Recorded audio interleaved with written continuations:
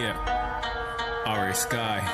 Let's get it. I've been down for my senpai, Dandere, this my official. Fuck it up, I go piranha, young grey, you so ubaka, otaku girl when he wanted Takashi Demra Kawasa. Ooh, woo, I've been down for my senpai. I am that senpai, Ichi on you like hentai. I'm not good in that bad guy, I've been looking for Kohai. Notice me senpai, kisses and huggies and nuggies. Hit you with that cutie booties, follow you like Irisaki. Aji so kawaii, she gon' ride like paparazzi. Only hit is when she sloppy, like she straight from Nagasaki. I pull up like Uzumaki. So kawaii, bad bitch, Kohai, she can put it down for senpai. I got it, I live it, you wanna, let's get it. Soul Reaper with a bond. I can see the truth in my eyes. Mangekyo, Shurigan. We poppin', we slaying, otaku, they saying power up, Kelkin. We winning, they losing, I come with that action, baka face. I know you see me as Kichiku, slice of baka, that Ichigo. My mana say you check, so I don't give a fuck about the flow. Take it, Yuri and Flipper. She a rat till I kiss her. That's in the moon up in the system. I say Prince like Vegeta. That's final flash for that ass. Yeah, I snatch you up, that fox saying I'm coming up, but I don't want the crown. That baddie Kohai, take it down, no fire hose, this hot shit. That raise the roof, kinda hot shit. Like, damn, bro, you slayed this. I'm senpai. Here she been down for a senpai. Dandere, this my official. Fuck it up, she go piranha. Young grey, you so ubaka. Otaku girl when I want her. Takashi Demra Kawasa. Ooh, woo, I've been down for my senpai. I am that senpai, Ichi on you like hentai. I'm not good in that bad guy, I've been looking for Kohai. Notice me senpai, kisses and huggies and nuggies. Hit you with that cutie booties, follow you like Irisaki. Aji so kawaii, she gon' ride like paparazzi. Only hit is when she sloppy, like she straight from Nagasaki. I pull up like Uzumaki. So kawaii, bad bitch, Kohai, she can put it down for senpai. Good girl, but I go berserk. You know my senpai Oni, full counter, go to work.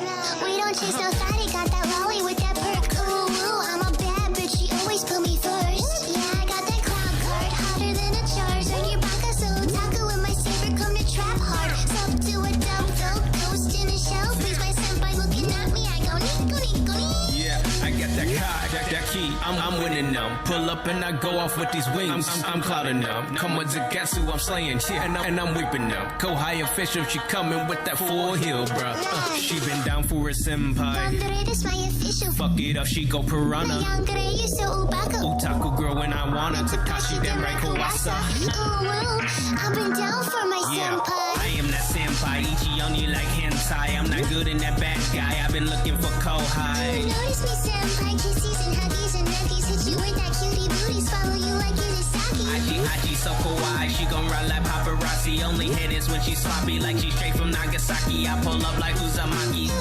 So kawaii, bad bitch, Kohai, she can put it down for senpai. Launch team, this is the NLM on the NLN net with our final launch poll and continuing the launch countdown at T-minus 4 minutes. NAM. NAM is ready. NASA CE. NASA CE, go. SMA. SMA is go. SMD. SMD is go. Mission Manager. Mission Manager is go. Copy that. The team's ready to release the hold at T-minus 4 minutes. Status check to proceed with terminal count. Atlas system. Propulsion. Go. Hydraulic. Go. Pneumatic. Go. LO2. Go. Water. Go. Centaur system. Propulsion. Go. Pneumatic. Go. LO2. Go. LH2. Go. ASGAS. Go. Electrical system. Airborne. Go. Ground. Go. Facility. Go. RFFTS. Go. Flight control. Go. Instrumentation. Go. Com. Go. ECQ. Go. Umbilical. Go. ECS. Go. Redline monitor. Go. Quality. Go. OSM. Go. Relay safety officer. Go. Range, weather, and clear to proceed. Go. LC, this is the LD on channel 1. LC, you have permission to launch. Roger. Proceeding with count. NLM, this is SMD on NLMS. Go ahead, SMD. SMD would like to report that the spacecraft is on internal power and is configured for launch for T015:00:00. Copy, SMD. MSL is configured for launch.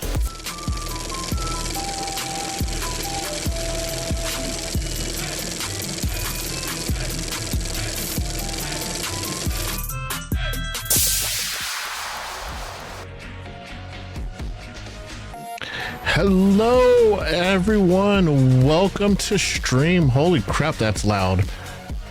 Wow, 1 second. Where is my volume for this?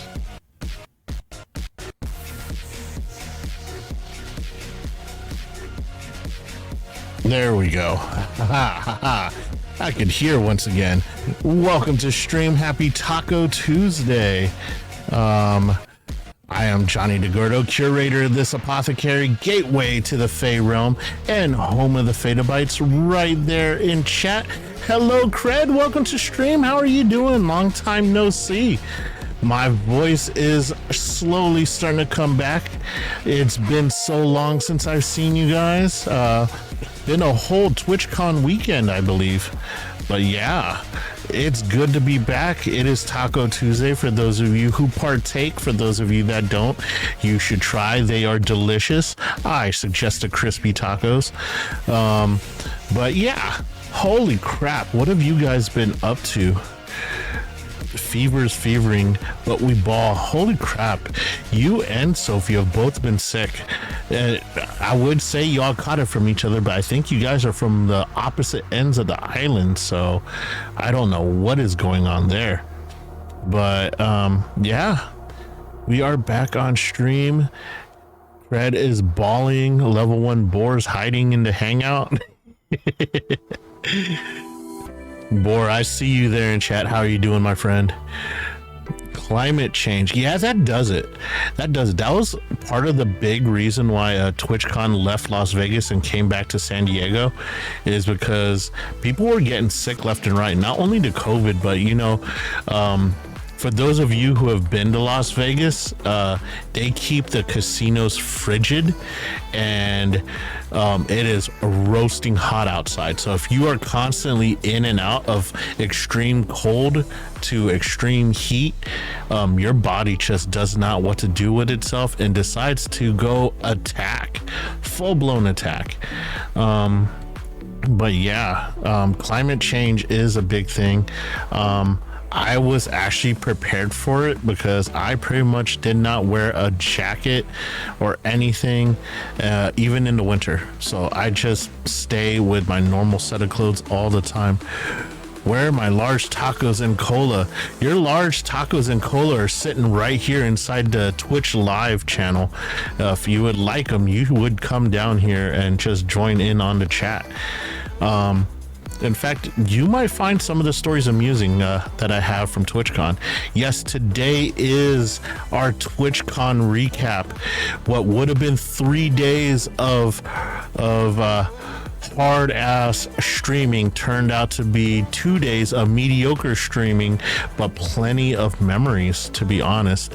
TwitchCon has definitely evolved from when I was last present to it. So it's quite an experience that I don't think I was ready for. I honestly remember it being easier to stream at TwitchCon when I last went than it is now. Simply for the fact that you don't have 30,000 people at one time trying to hop on one Wi-Fi connection. So I know that San Diego Convention Center, you guys like to boast that you have fiber networks and all that, and that's all well and good. But I'm pretty sure you don't let the fiber network go for your guest. I'm pretty sure that's usually for all of your hardware and streams for like the actual Twitch staff to utilize so that they can get their broadcast prioritized. But needless to say, it was a great time. I lost my voice. I really did. I lost my voice day 2. Day 1 is when I figured I would get really, really sick, to be honest. Yeah, we'll get into the TwitchCon recap, but let's cover a little bit of news. A lot of shit's been going down since I last streamed. The last time I streamed, they took down Mousie's Iron Mouse, who is on day something or another of her subathon. Like, she's on 20 something. She's pretty damn close to smashing her record for yeah, she's on day 23 is what I'm seeing in the Twitch notifications. But yeah, she's getting really close to smashing her record for subathon subs. And the thing is, is it's really odd that she's getting so close to smashing it, because she purposely set up the subathon so it wouldn't go past 30 days. And it honestly made it harder for her to end up going the full 30 days, because each sub only added 10 seconds to the timer. That's not a lot. Like, literally, in the time that I told you how much time is added to that timer, that's 2 subs worth of time. And that's insane. That's definitely insane. But yeah, it's as insane as it is to think of, wow, you're paying $5.99 for 10 seconds, close to $7 on Twitch app. They're doing it, boys and girls. Yo, don't ever doubt the Iron Mouse. And right when they thought that they found a way to take her down by axing her VOD channel, and then taking a shotgun to her main channel on YouTube, she bounces right back and gets that shit back. I mean, a lot of credit and help goes out from the VShojo staff, managing to get her channels back without doxing her real personal information. Because I don't know if you guys know, but if you get banned, if you get a permanent takedown, the only way to reinstate your account is to give personal information to YouTube staff. And as we could see by disgruntled employees from Twitch, not even NDAs could keep private information safe. Good old Dr. Disrespect found that one out. So yeah, it's hard when you're a VTuber and you live in secrecy. Like, you live with keeping your information private, then it's gonna be hard. It's gonna be very difficult to maintain that kind of privacy, because someone could get fired, someone could quit, and they're gonna have Mousie's information. They're gonna spread that shit all over the internet, and that is nothing but bad. That's bad mojo, I'm telling you right now. All right, this volume is way too loud. There we go. I'm gonna turn this shit down just a little bit. It's blowing up my eardrums. All right, can you guys still hear me? I think you guys could still hear me and hear the background music, because the background music was blowing out my eardrums. But yeah, so not only were we getting slaughtered on Twitch, where people were getting banned on Twitch for revealing outfits, blah blah blah, sexual content that was not at the same standard as real face streamers. But then we started getting our channels taken down on YouTube. The copyright strikes started pouring out, and right as soon as Mousie won our first battle, and Shy Lily won the battle for her clip channel, hopefully Henya gets hers and everyone else gets their clip channels back. But there's no precedent for this type of onslaught, but with the victory comes a new phase of VTuber bannings on of course it's Twitch. Twitch is taking us out again. And I mean, normally people don't advertise other people's channels, but Shy Lily's having a one-on-one chat with Twitch CEO Dan Clancy, and she's gonna ask the tough questions, like, why are VTubers being held at a different standard than regular streamers? And I hope he provides a legitimate answer, where the best answer he could give is, we are aware that something's going on and we are going to get to the bottom of it. That literally is the only answer that's going to be the salvation of Twitch right now, because right now people are rumbling. VTubers are rumbling. They're wondering what platform are we going to go to? We're not safe on YouTube unless you're a corporal VTuber like Niji Sanji or HoloLive.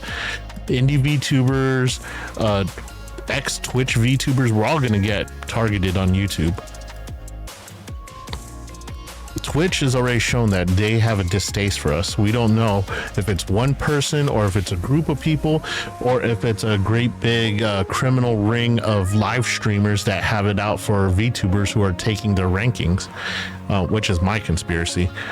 But I mean, where are we gonna go? I mean, I heard some things about Rumble, and I don't know about Rumble. I'm not really too keen on it. And after meeting a few people from Kick at TwitchCon, story incoming. After hearing meeting some people from Kick, I will not be going to Kick whatsoever. Yeah, don't think Kick is the right place. Honestly, I think Kick is probably where we should put the people that we kick out of our platforms into. So, you'll never see me set foot in Kick. The day that Kick is the only platform left is the day that I retire from all streaming activities and use the big G word in my tweets. But I'm hearing things about Rumble. I haven't looked into it. I'm not sure who owns Rumble. All I know is that it has looser restrictions. They are the freedom of speech platform, apparently, is where it's at. But I've heard that rhetoric before, so I'm not buying full in. It sounds like a used car salesman trying to sell you the biggest lemon on the lot. So I will have to do my research on that. But Kick could go. They need to bring back what's that platform that Microsoft had? What was that? The one that Ninja went to and then it fell apart. Anyone remember? Anyone in chat? Any of you guys remember what that one was? It was an ill-fated platform. It did not last long. It was like misspelled and there he is. Hello, level 1 boar. It was called Mixer. Mixer, yes. They need to bring back Mixer. Bring back Mixer, bring back the Zune. Just bring it all back. Bring back the Connect. Just a little side info. My first streaming camera was an Xbox Connect. There you go. And it was horrible. Yeah, the stream quality I think was like 100 something p. I mean, it could capture ghosts. Didn't they have a streaming platform just for VTubers? They tried, it did not work. The closest thing you could get to like one of those is like Bilibili, but Bilibili has a whole bunch of Asian models in it, like actual fashion models and stuff like that.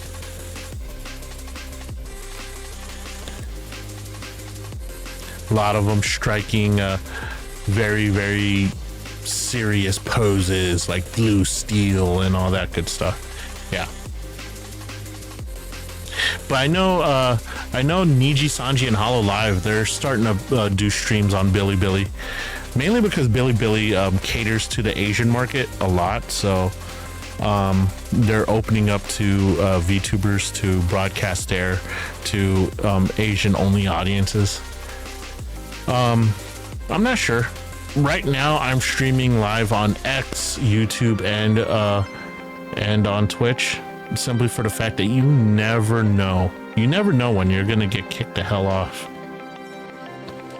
I think Lucius Mayweather kind of suggesting the same thing. He posted a tweet this morning saying, hey, make sure you build up a YouTube channel because you never know when Twitch is gonna kick you off.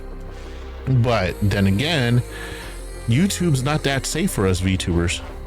So it's right now it's kind of like everyone's kind of like wandering around, like not knowing when we're gonna get evicted and when we're gonna have to find a new place to live. It's a really sad existence, to be honest. But yeah, but in other news, I mean, she did get her channels back. That's one victory for VTubing. Zen is still playing it safe, even though I still think it's bullshit for her warning. She's been streaming with that one piece outfit for like the better part of almost 2 years, and they just now gave her a warning for it. And I mean, there's lots of things out there saying, oh, it's just one person in all of Twitch. I mean, that could very well be true, but that has to be one very strong, influential person. Because if that one person's doing it, when they appeal, it usually goes to a separate person who bans you. So like, let's say you get banned, or let's say it's a computer generated ban. It's not all gonna go to the same person to review. So some of them should be coming back as, hey, the ban has been lifted.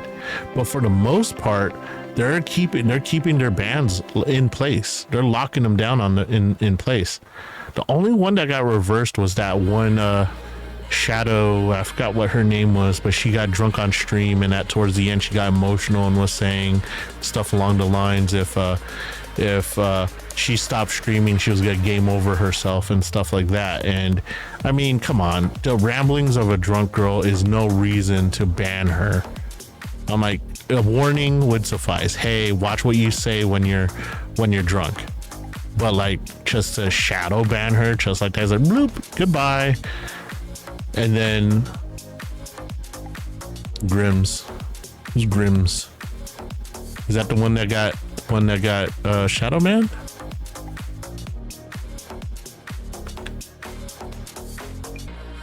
Yeah. I mean, it's ridiculous. It's ridiculous.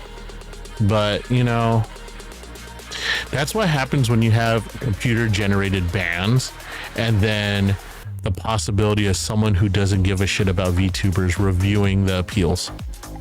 That's kind of what sucks. And no, I don't intend this to be one of the rant and raves where I just tear into Twitch and tear into YouTube, but this is what's happening in the VTuber world. I mean, to be honest. I mean, what else is there really that's going on in the VTuber world? Niji Sanji, no one's left to graduate from Niji Sanji. So I mean, everyone who's left in Niji Sanji is pretty much on their payroll for being loyalists. So I mean, no, there's really no one left to rebel. Maybe there's one or two. Maybe there's one or two left to rebel. But I'm pretty sure everyone else has jumped ship that thought that was destined to jump ship. And HoloLive just keeps chugging along.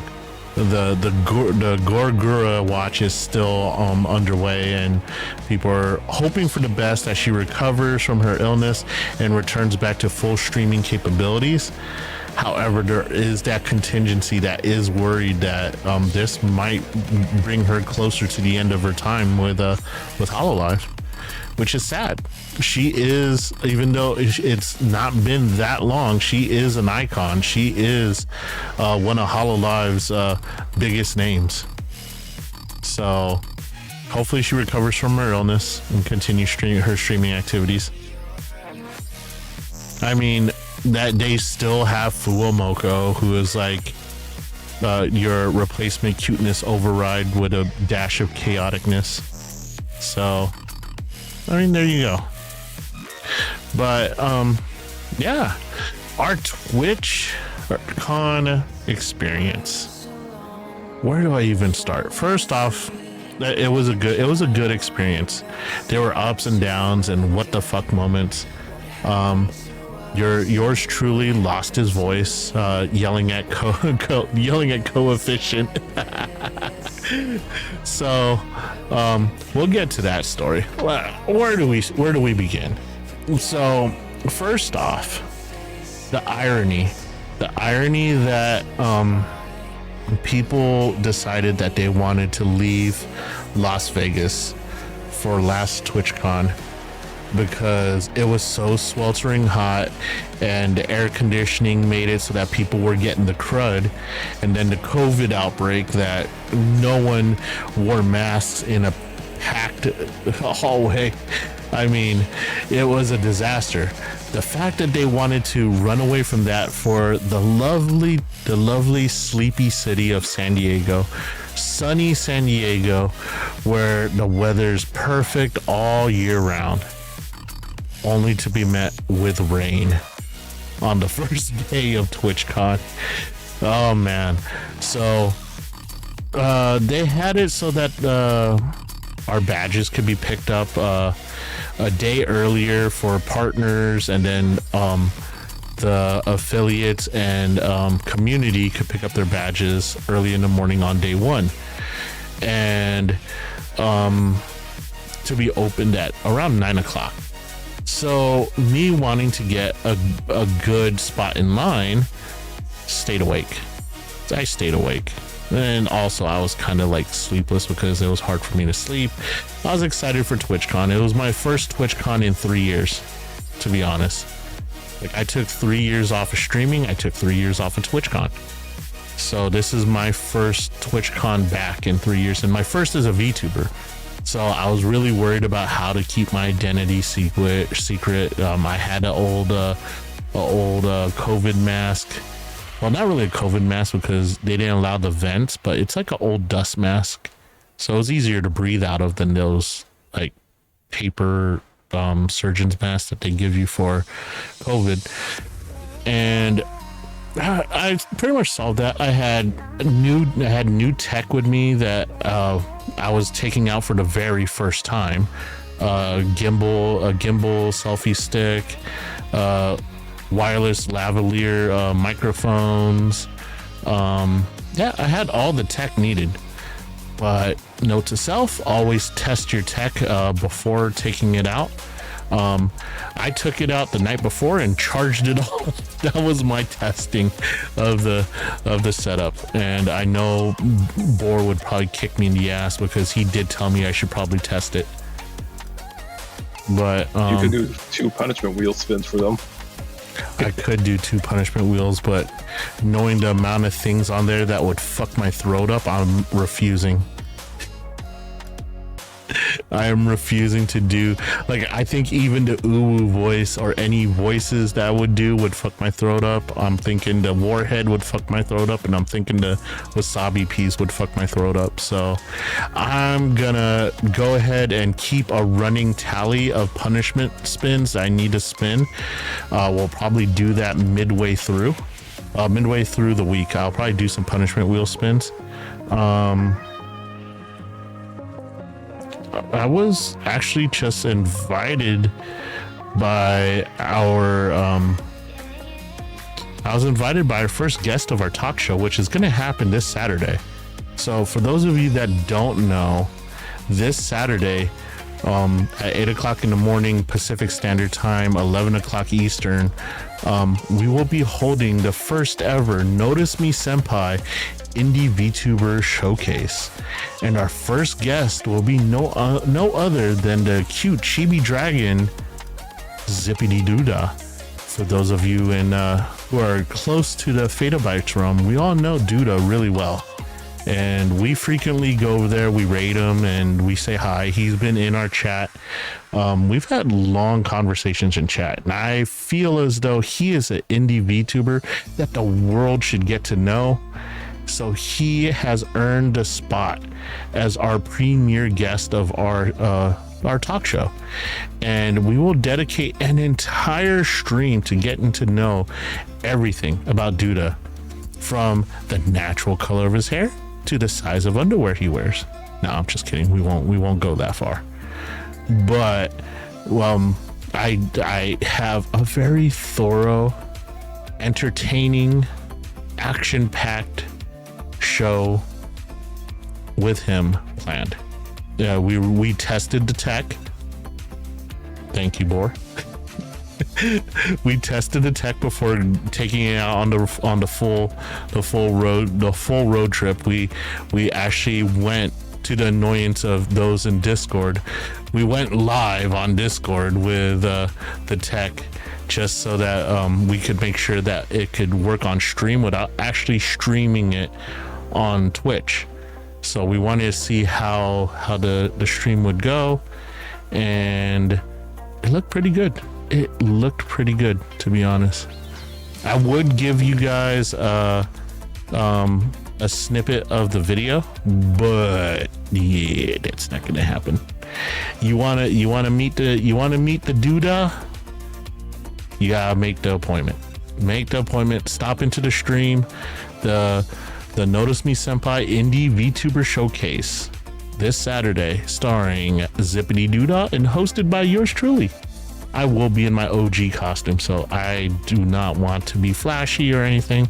I just want to fade into the background and let the star shine. That is the premise of our talk show. And if anyone wants a platform to like display what they have, to tell the audience who they are, what they're about, hit me up. Send me a Discord message, send me a message on Twitter, and we will talk. I will set up a interview. I will give you a sample set of questions, and we'll see how comfortable you guys are. Right now, I am set up for live 2D models only. We could do a modified PingTuber interview where I will have you guys on a screen versus in the studio. So yeah, we could do it that way also. But yep. Oh, I thought you said something more. Oh no, I did. I said how very demure of you. Oh my god.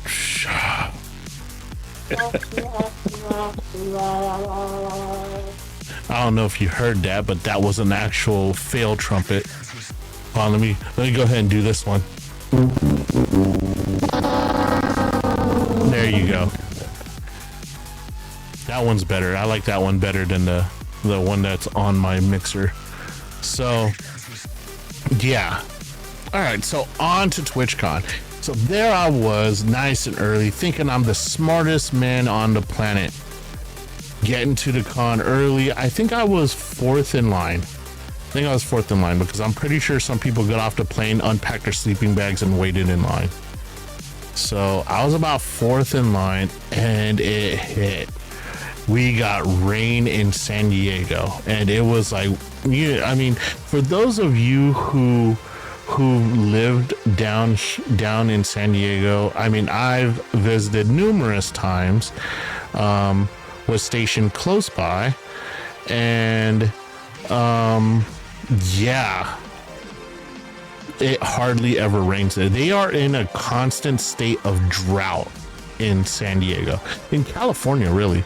Like, one of my friends over there says that they are not even allowed to water their lawns during the hours of sunlight. They must water their lawns overnight, or else they receive a fine. Yeah, they are in a constant state of drought. So of all days, first day of TwitchCon, it rains. You have a line of, I want to say, 8,000 people in line, and we are getting poured on. Like, not that stupid spit rain, not the Washington haze rain. No, it's a steady shower. And everyone's like going, why are they letting us wait out in the rain? Don't they know that some of us are actually presenters? Don't they know, like, we're going to be in a convention center packed shoulder to shoulder? They really want everyone to smell like wet dog. So everyone's sitting there miserably. And then you see this old man in a hoodie and surf shorts jogging by. And you're like, wow, that old man is brave. And he jogs right past the line on the street side, mind you, not on the side closest to the building, on the street side. So he runs and he waves at the first person in line. And then he goes, how you doing? And I noticed the voice. And then the guy next to me is like, yo, that's, what the hell's his name? Is it Dan Clancy? Dan Clancy? What the hell is the name of the CEO of Twitch? I think it's Dan Clancy. It's not, is it Dan or Tom? Tom Clancy's the Rainbow Six guy, right? Yep. I think it's Dan Clancy, if I'm not mistaken. I made a Twitch post about this. Yep. Dan Clancy. Yeah. Yeah, Dan Clancy is jogging by everyone who is soaking under the rain. Doesn't stop and go, hey, how about you guys stay underneath the overhang? Hey guys, can we move these guys underneath the overhang? No, just runs right past. Hey guys. All of us are like, yo man, he does not have any entourage, no bodyguards, no one. He's just running out there by himself. I'm like, dude, I hope someone trips this man and steals his wallet. But we're in San Diego. We're not in LA. That's not gonna happen. I mean, it could be worse. You could be in like Florida. Someone could jump out of the bushes high on bath salts and eat his face off. Iguana could fall out of the trees. Alligator could come out of the lake. Iguana jumps into his shirt. Squirrel jumped down his shirt. Birds decided to attack him. Stone Claw Crab just grabs onto his arm. All right, more question. Do you like seafood? Varies, but I haven't really eaten much. Have you had Stone Claw Crab? Yes. Is it good as they say it is? It's fine. The thing is, I'm not really big on lobster and crab. I prefer shrimp. But if it's your thing, it's fine. The price might be a little bit high, but I don't understand how it's so high. It's like a renewable source of food. Florida. But it's like they don't even kill the crab. They break off, like, don't they break off like one of its claws and throw it back? So, but again, like, it's Florida. Shit ain't cheap here. Well, most I should say, but yeah. I mean, I would be like, okay, like, you know how caviar is really expensive, as gross as caviar is. It's super expensive because you're diminishing the sturgeon population because you're stealing the eggs. But literally a stone claw crab is, you're breaking off one of the claws, you're throwing him back so he still has a claw to defend himself, and he grows that claw back and he's still banging other crabs to make more crabs. I'm like, I bet you could buy iguana meat for like a nickel for 2 pounds. That for you, probably have to ask Duda about that, but Duda, are you in chat? If you're in chat, come chime in. He probably isn't. He just got done telling me that Comcast is fucking up over there, so that sounds about right. Yeah, he like they're down there right now trying to figure out what's wrong with their internet. I'll tell you what's wrong with it. I'll tell you what's wrong with their internet. It's post 2000 Comcast. Like Comcast before the 2000s, not bad. I had Comcast. I think post 2010. I think they were good up to 2010. Once 2010 rolled around, they kind of sucked. I wouldn't know about that part. That part, I was in New York and I was on Time Warner. Oh, you were in New York? Whereabouts in New York were you? I think Manhattan, Queens Village. You were in the city. So I could actually talk about my life in New York because it won't dox me because I only survived a year in New York. So I grew up in San Diego, sleepy village of San Diego. Okay, big city of San Diego. Nice tall skyscrapers. And for my entire life, knew that New York was bigger and grander and had bigger skyscrapers and all that. I thought, you want to see a city, you go to New York. And for the most part, I'm right. But what people don't tell you, and what people don't tell you about California, is that you live in a city, and I mean, I have since moved on. I've been all over the world. I was stationed in Washington for 8 years. I mean, this is how I know so much about San Diego. I grew up in San Diego. So, you have the city, and everyone thinks, oh, California is nothing but a bunch of like big city, blah, blah, blah, blah. No, it's not. Like, you got Silicon Valley, which is a desert. You have a whole lot of freaking desert in California. And then you have forests, like big redwood forests in California. And then you have vineyard country where all the wine is made. So it's like, yeah, there's cities up and down the coast, but everything inland is like vineyard, microchip manufacturing plants, and desert. Now, on the other side of the world is New York. Big ass cities, however, vastly outsized by the number of farmland that's out there. There's so much rural area in New York, it's ridiculous.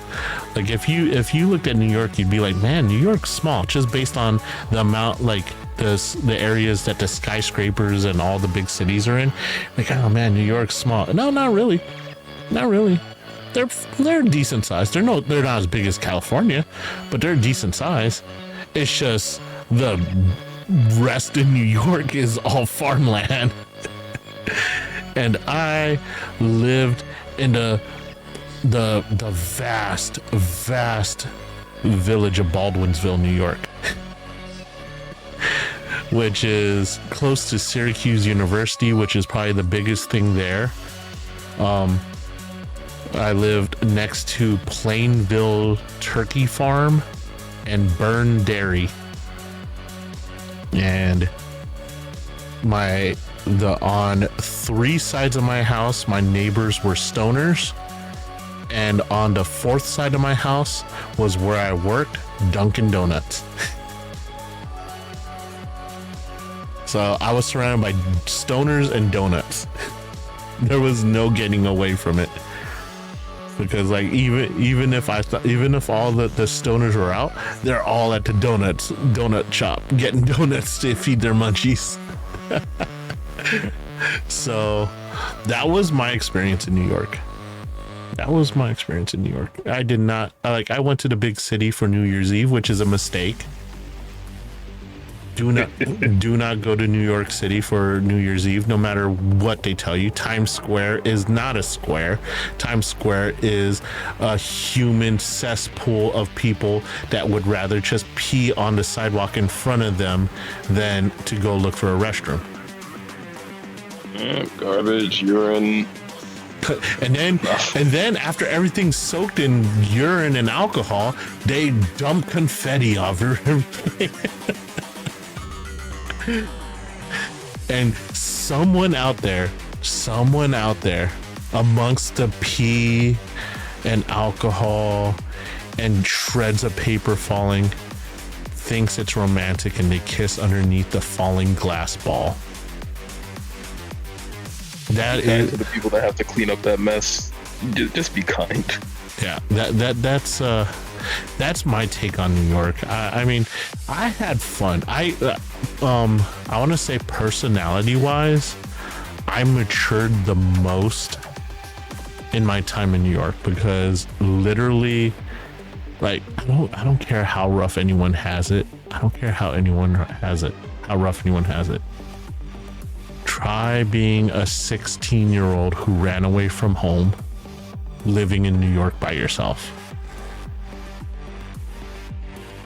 That's I'm surprised I am alive today. I learned very fast about bills. I learned very fast about homeless people. I learned very fast about alcoholics and stoners. And I learned very fast about the value of money. But yeah, I got that. I received the most character development in my time over in New York. But yeah, I have not spent much time, if any, in New York. I went in Florida. I think I spent at the most 4 months in Florida, Pensacola, for jump school.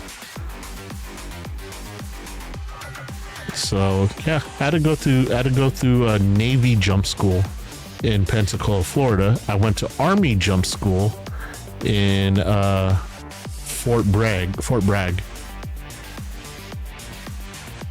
it Fort Bragg? Not Fort Bragg. The one in Georgia. But yeah, I went to jump school there, the Army jump school. There's no Air Force jump school. But yeah, been all over the damn place.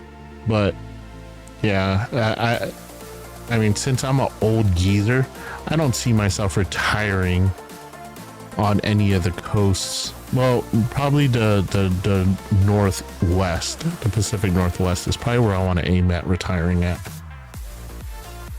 I would love to go back to Japan, but TwitchCon is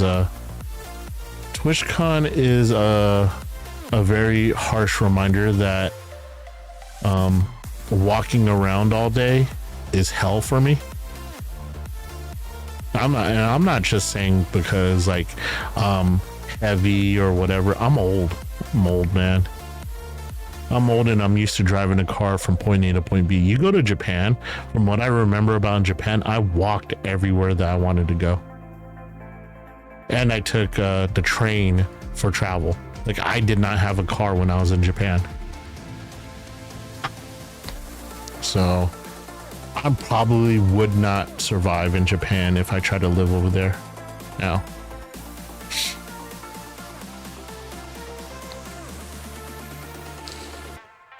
So back to the old story, TwitchCon.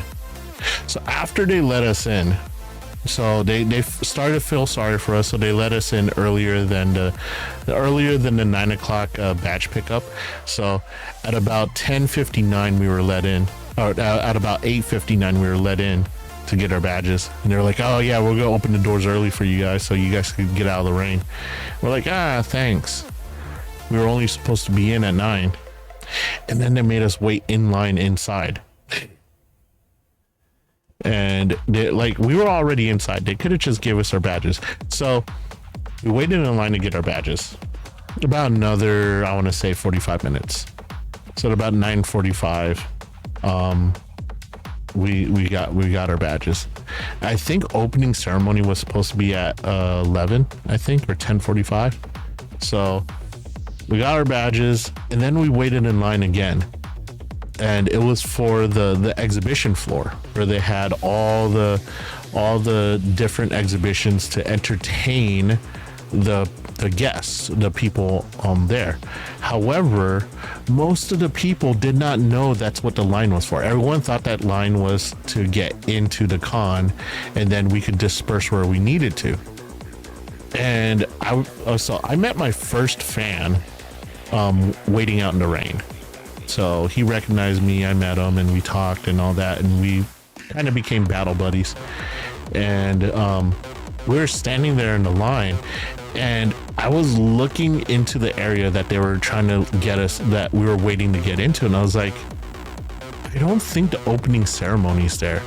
If I recall, the opening ceremony is in the Glitch Theater, and that's just from my previous times going to TwitchCon, which is on the second floor.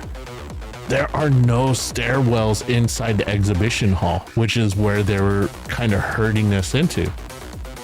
I told him, I'm like, dude, we're gonna miss the opening ceremony because by the time they open this hall, we're all gonna be herded in there, and everyone's gonna realize that we're in the wrong spot for opening ceremony. So after waiting in that line for a little bit, we went up the stairs on the outside of the waiting area. Everyone looked at us like, oh, those guys gave up their spots. They were like front of the line, gonna get into the exhibition hall, and they gave up their spots. We're like, we're not like that the exhibition floor, that's gonna be there for 3 days.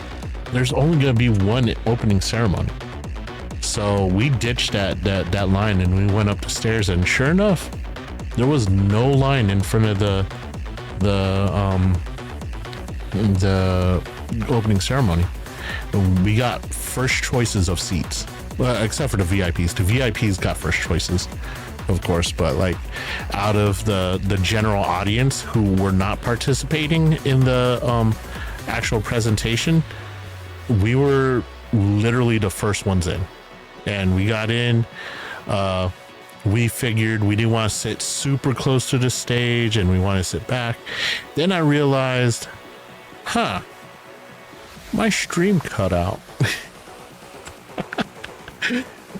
And I realized how crap the free Wi-Fi that they offer guests is at the convention center.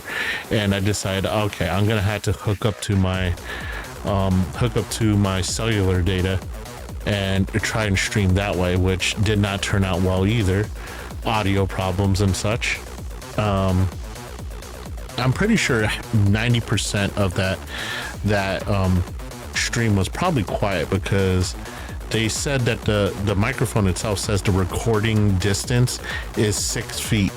So if it wasn't me talking, you probably did not hear what was going on the stage. So needless to say, we did not record the whole opening ceremony, and we tried several times to record inside the exhibition area and failed due to really poor cellular reception. And then we got shut down at any other event that we were trying to stream from. Staff told us that it's a non-streamable area.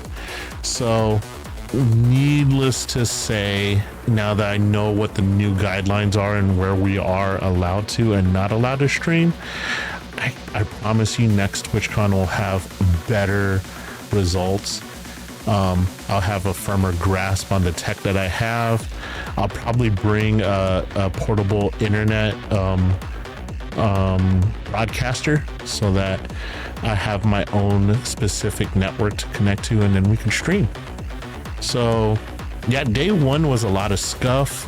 We had one meet and greet on day one, and that was Pirate Software, who's a gentleman. He's a gentleman. Our conversation got cut short due to someone whispered in his ear, and then he stood up and apologized to everyone and said that unfortunately he's gonna have to narrow down the conversation to just whatever you could tell him while you're posing for a picture. So I talked to him. I told him I'm a fairly new fan of his. I'm a huge fan of his newfound interest in Warhammer. I don't know how I got interest into Warhammer. I'm not sure what happened there, but yeah. Apparently me and Pirate Software both joined the fandom at the same time. We both had similar tastes. So I decided to use my short time with Pirate Software to tell him how my moderator, Level 1 Boar, calls him a lackey of the Empire. The Emperor, not Empire. Oh, the Emperor, a lackey of the Emperor. And what was his quote? I wrote it down somewhere. I threw the paper. So He says, "It seems it is so," and he says this in the most grim, very Warhammer-esque way. And I was like, so yeah, that was what I used my short time with him to say, was that my moderator level 1 boar says you're a lackey of the Emperor because you're a Salamander fan. that's it. I'm saying this goes for all the legions that go except the Chaos. Well, I know, but for him specifically, because he chose to be a Salamander, it makes him one of the lackeys of the Emperor. Am I wrong? Am I misquoting you? Very not demure of you. I'm pretty sure he's like, man, I'm gonna find out who that level 1 slime is, and I'll be like, level 1 boar, whatever. He drops common loot. I mean, considering how he plays World of Warcraft and helped with the game, he probably could get loot out of me very quickly. Yeah, but all you would drop is quest loot. Probably. Quest loot and minimal XP.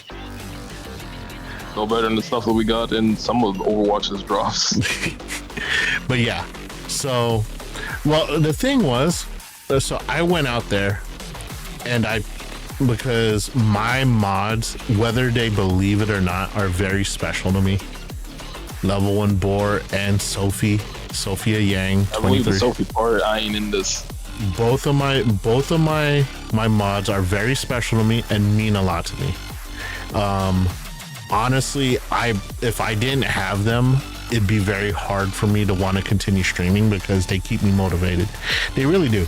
And whether they see it or not, they do. And as part of my gratitude, I picked two streamers that I figured that they could relate. If Bricky was on there, I would have picked Bricky instead of Pirate Software. But since you watch some of Pirate Software stuff and he's actually quite entertaining, Thor is, at least Thor. Mm-hmm. I'm not sure about the other guy. Thor's very entertaining. The other guy, he's a pretty cool guy too. Like, he apologized to me as he was walking me to the back. But Thor himself is a scholar and a gentleman. He is smart as fuck. He is smart as fuck. I mean, there's no ifs, ands, or buts about it. That man is like, I want to say him and Michael Reeves would have a really good conversation. Yeah, probably. Yeah. But but the thing is like, where Michael Reeves is very, very sarcastic and could be cutting, Thor is sarcastic but very warm and inviting. Now, if you play video games with him, maybe not the story, but when you're meeting him in person, very nice guy. I never met Michael Reeves in person. He could very well be the same way, but Thor, great guy. Oh. With Reeves, you probably should, if he says, "Can I shoot you with a dart?" you might want to run. If he says that, I would be like, only if you film it and feature it on one of your videos. And Thor might be okay with you if you dressed up like a ferret, considering he has like a ferret daycare rescue thing. Oh yeah. He showed that shit. Yep. Thor. Okay, so he invited me back to kind of make up the time at another, and not to out Twitch staff, but Thor's like, everyone who came up, he was like, "Hey, I'm gonna be doing another meet and greet. It's gonna be at this time, blah blah blah blah blah. Feel free to come back then. We'll make up the time then." But then after you walk to the back and you go, "Hey, can you put me in for that next one?" Twitch staff is quick to say, "Nah, it's full." So I mean, Thor probably did not realize that he could not give away spots that were not able to be given away. But like Twitch staff was very quick to shatter anyone's hopes of getting another meet and greet with him. So yeah, because believe me, I asked, because there was lots of things. Like if I could have came back for the second one, I would have had him sign my Salamander book. Oh, and for those of you that don't know, there was a plot to find Bricky and have him write some heresy about the Emperor in my Salamander book and sign his name to it,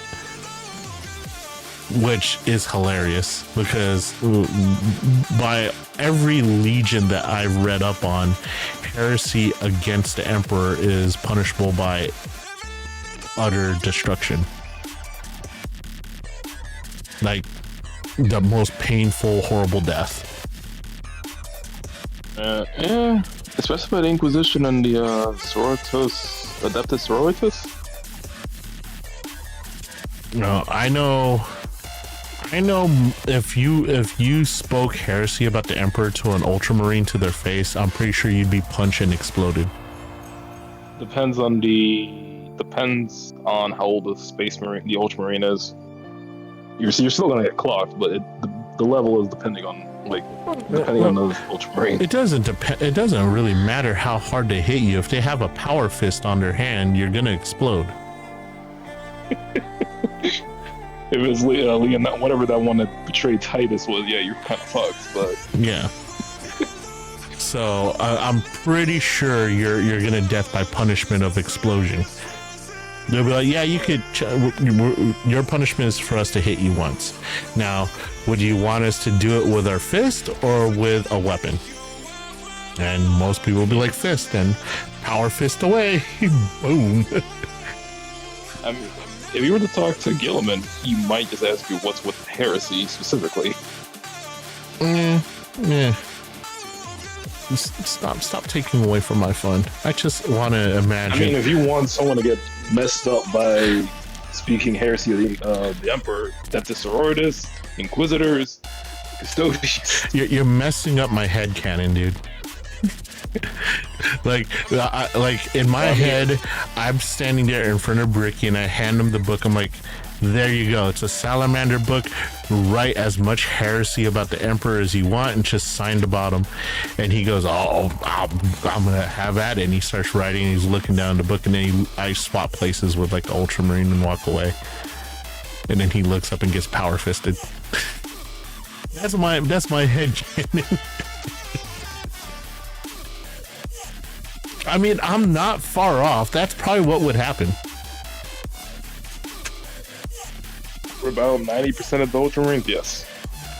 Hell, even if a Salamander was standing there, they'd probably do the same thing. Probably, especially the Krakens and the more culty ones that burn scripture after they learn about it. So that was my level 1 boar meet and greet. I wanted to come back with a really cool story. I actually wanted to come back with I wanted to kind of stream the meet and greet and record the whole interaction, but I found out that the meet and greets are non-streamable. I could have taken a video, but they didn't really give me enough time to because I shut down the Twitch and I didn't I had my phone set up so that they could take a picture, and then they're like, oh yeah, the guy in front of me was like recording, and I did not have anything planned for a full video. But now that I know that video could have been taken, I'm gonna find a streamer next time that Boar likes, and I'm gonna create some content. You're finding someone you like. Oh no, I did. I make sure I find someone I like. I just, next time I'll probably find the person I like first.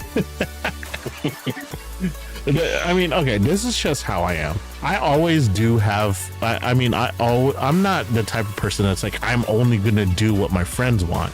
Like, obviously I spent money to go to this convention, so I am gonna do my personal stuff as well. But I am the type of person to make sure that I take care of my friends' stuff, and then I'll take care of all mine first. But if when I registered for the meet and greets, I hit up Pirate Software first. I hit up Shoto next, because unfortunately, while I was doing while I was getting Pirate Software, K9 Kuros filled up.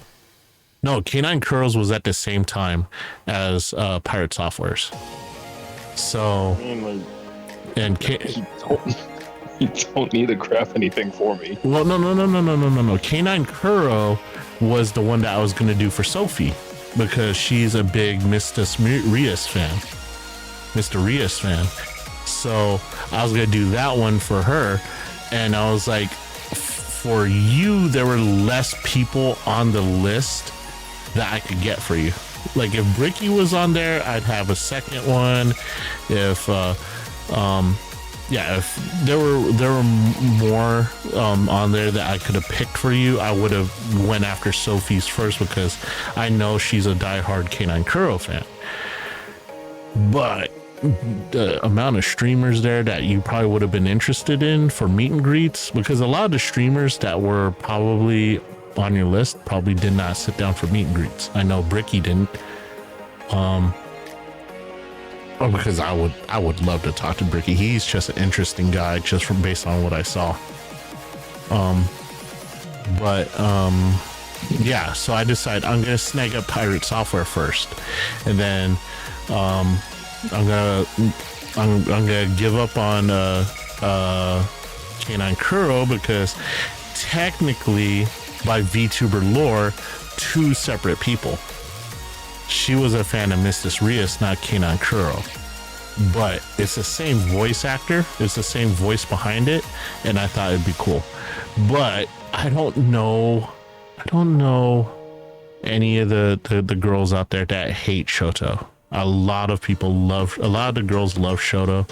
He's definitely a fan favorite amongst the girl fan base, the female fan base. So I made sure to get Shoto for her. And then by the time I got both of yours, Iron Mouse sold out, filled up instantaneously, so I could not get an Iron Mouse spot. Onigiri filled up immediately. Giga filled up immediately. Matarakon and who was she with? Fruit, that one filled up immediately. And I believe there was one more that filled up immediately. So basically all that was left was like I could have went with, the VtuberEN girls were still open, Melody was still open, and there were a handful of them that were still open. And I went straight for Melody. I probably could have gotten into Cinders, but I'm more of a Project Melody fan than Cinder. That's just from being old school. So I managed to snag a Melody fan meet for myself. But then once I got Melodies, there were no VTubers left. All the VTubers were full up. And I was like, geez. And there was like a ton left on all the FaceTubers, and I was like, not a lot of them that I wanted to go for, to be honest. And to be honest, some of them I'm glad I did not sign up for, because right now they're in the middle of a little bit of controversy. Especially our boy Asmongold. Honestly, I'm not sure where to stand with him. So basically, he's on his own to fight this battle. Yeah. He jumped on the lynch. He jumped on the lynch squad really quick and went from friend of the VTubers to the lynch mob. So I'm just like, oh god, okay, I'm staying away from that one. Like I look at it from both points of view, but to be honest, without any evidence, I refuse to accuse Fruit of anything. So in my eyes, she's innocent, even though I went through similar things in my marriage. I'm just like, I refuse to take any side without evidence one way or another, to be honest. So no one should be persecuted. Everyone should just go their own way and support who they want to support. But the accusations and all that shit needs to stop. I mean, that's no one should be the judge, jury, and executioner all rolled into one. People could believe who they want to believe, but they should just keep that shit to themselves. That's my opinion. Anyway, so Shoto, meet and greet with Shoto, that was day 2. Did I do anything else on day 1? Day 1 was a lot of waiting around. Day 1 was the most brutal, to be honest. That was the most brutal day. I think I spent 95% of my day in a line, but I did get all my merch on day 1, which is cool. That way I didn't have to carry it around with me on day 2. Day two was Shoto and Melody meet and greet day. Also the Sam Jam Street Fighter Slam grand finale was that day. And that was the day that I lost my voice. Day 1, to add on to day 1 I got scammed by San Diego Convention Center into buying a $30 hot dog combo. And yes, I openly admit that so that none of you make the same fucking mistake.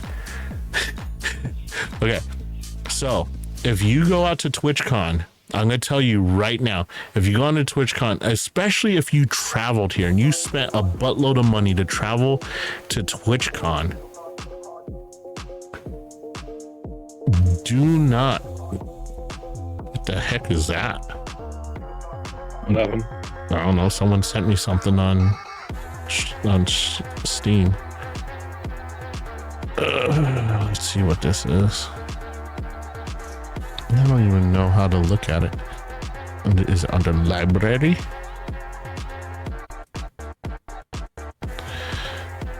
Ah, what the heck did you send me? Non-traditional role-playing game about a boy, his dog, secrets, and sanity.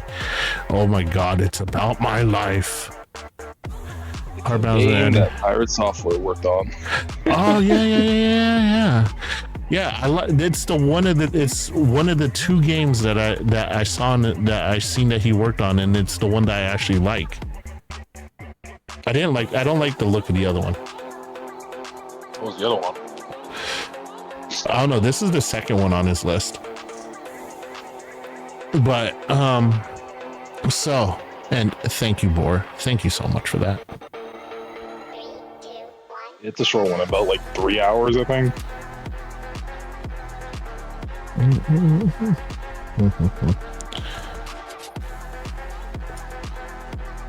see.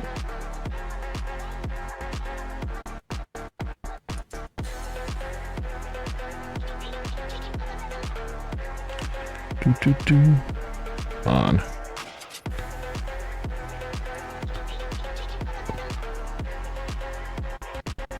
Holy crap, you are subbed. Yeah, that thing's on automatic. I thought I was gonna gift you a sub.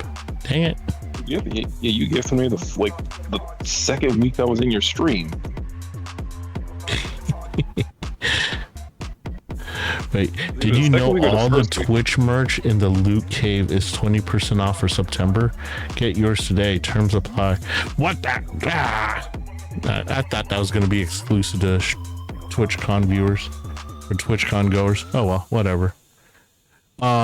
So yeah, for those of you that don't know, all the stuff at TwitchCon that was in the Loot Cave is on sale for 20% off right now. So pick up your Twitch merch at the Twitch merch store. So if you want to pretend that you were at TwitchCon, go ahead and get it.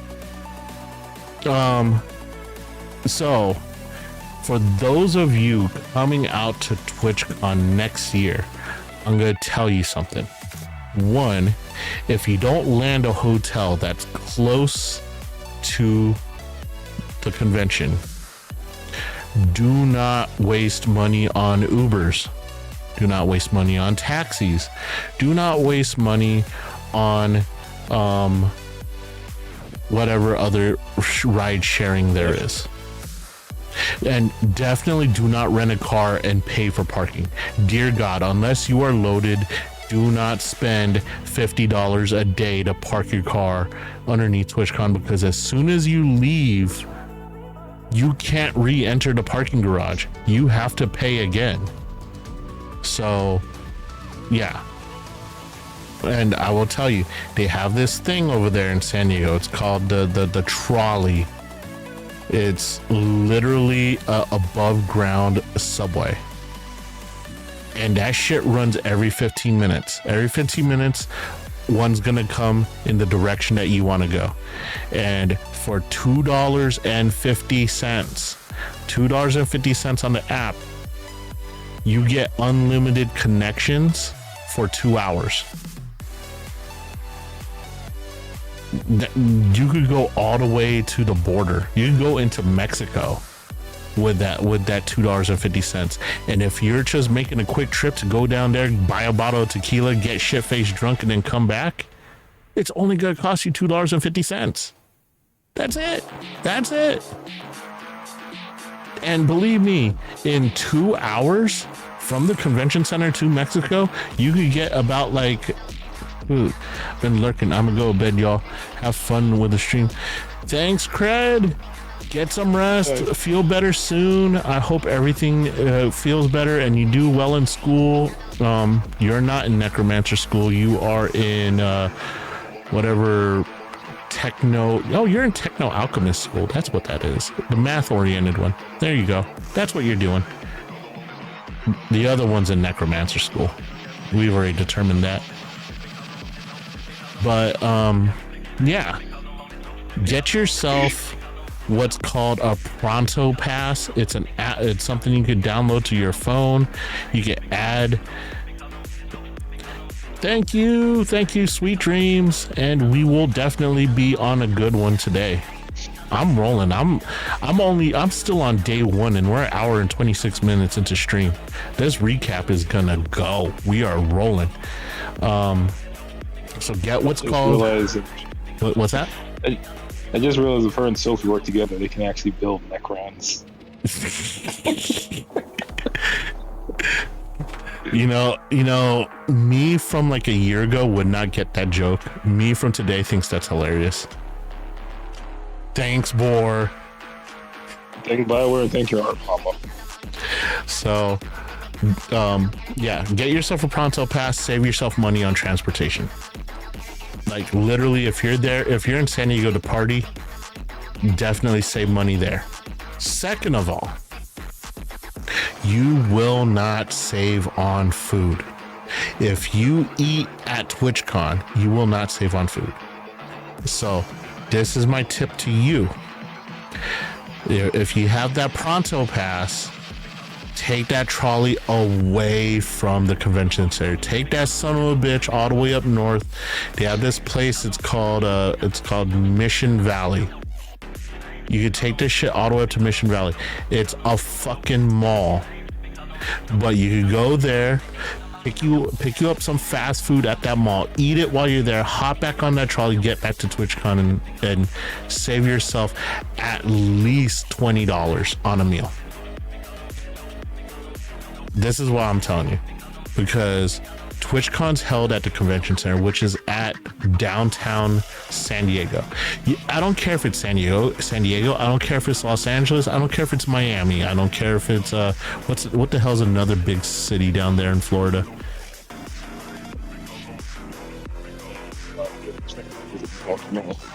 Palm Beach, maybe. Yeah.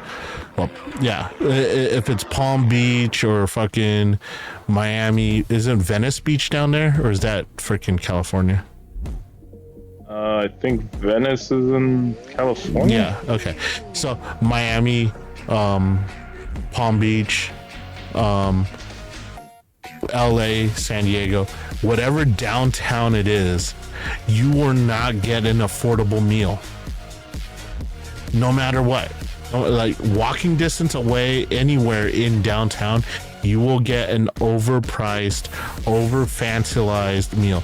You order a burger, it's literally a Whopper, and then they smear the ketchup on the plate, and that smear is what's going to cost you like $20. I swear to you, they are gonna rip you off. And then if you're like, I'm just gonna eat the food inside the convention center, then it can't be that good, so it's probably gonna be cheap. Wrong.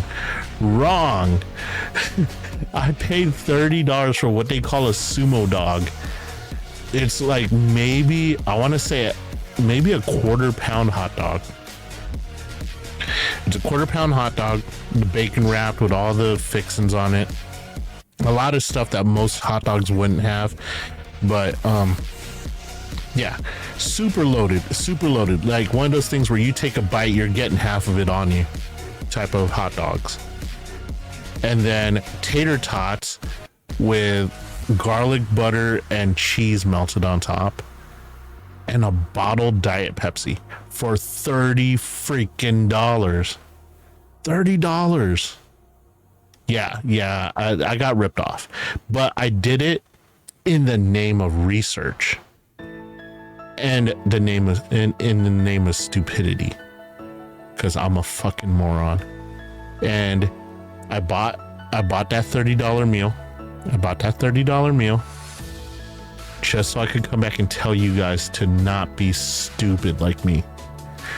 For one, San Diego is probably the one place I could say has some of the best Mexican food in the entire freaking North America. And if you don't believe me, go try some, because it's dirt cheap and you can try as many as you want.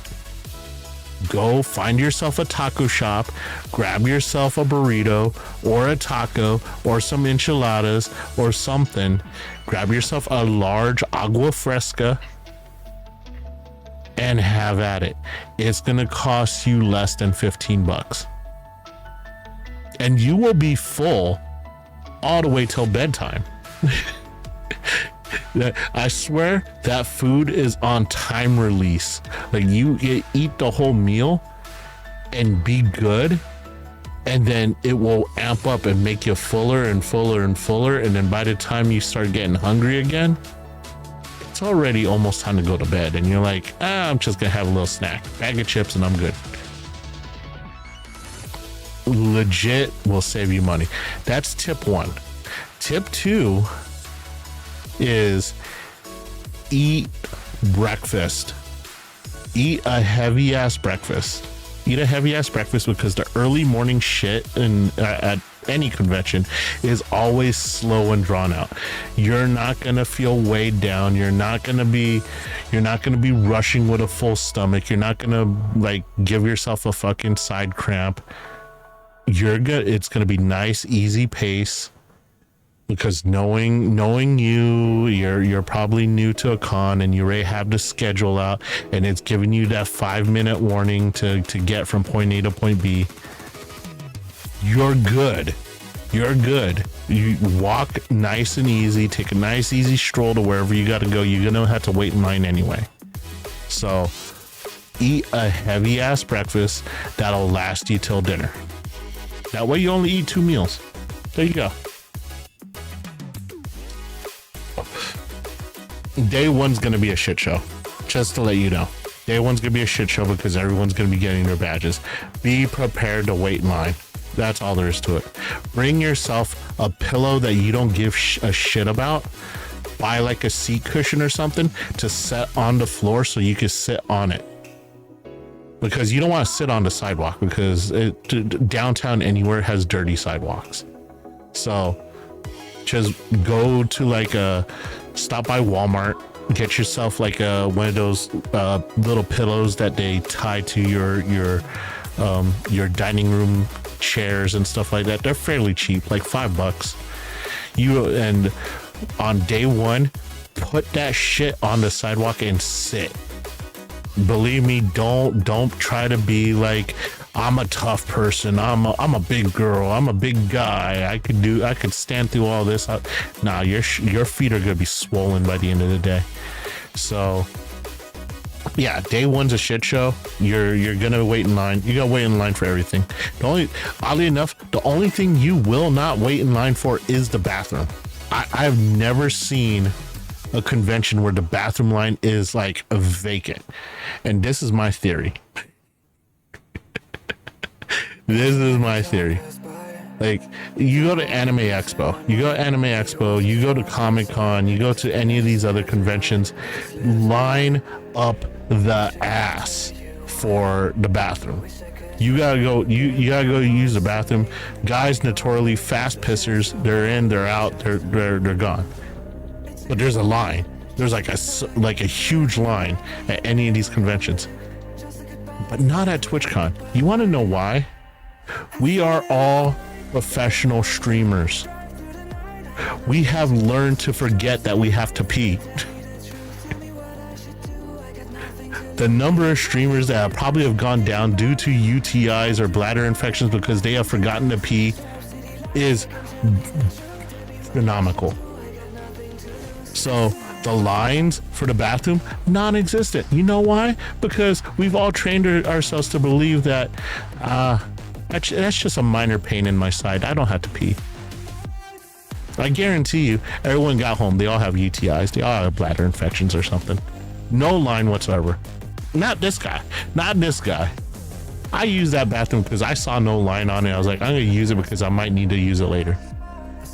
I'm going to use it before I hop in this line because I'd hate to be at the front of the line and have to finally use it. That's my mentality. So I see an empty bathroom, I'm hopping in that son of a bitch and I'm using it. But nope, not streamers. No. They're professional gamers, man. They're professional entertainers. Hell, it's part of my ritual before I stream. I use the bathroom while you guys are sitting in the waiting room. But yeah, don't worry about lines in the bathroom. But on day one, bring yourself a pillow that you don't mind chucking, because your feet will always forgive you. I mean, they won't forgive you if you don't get one. They will be very happy with you if you do bring one.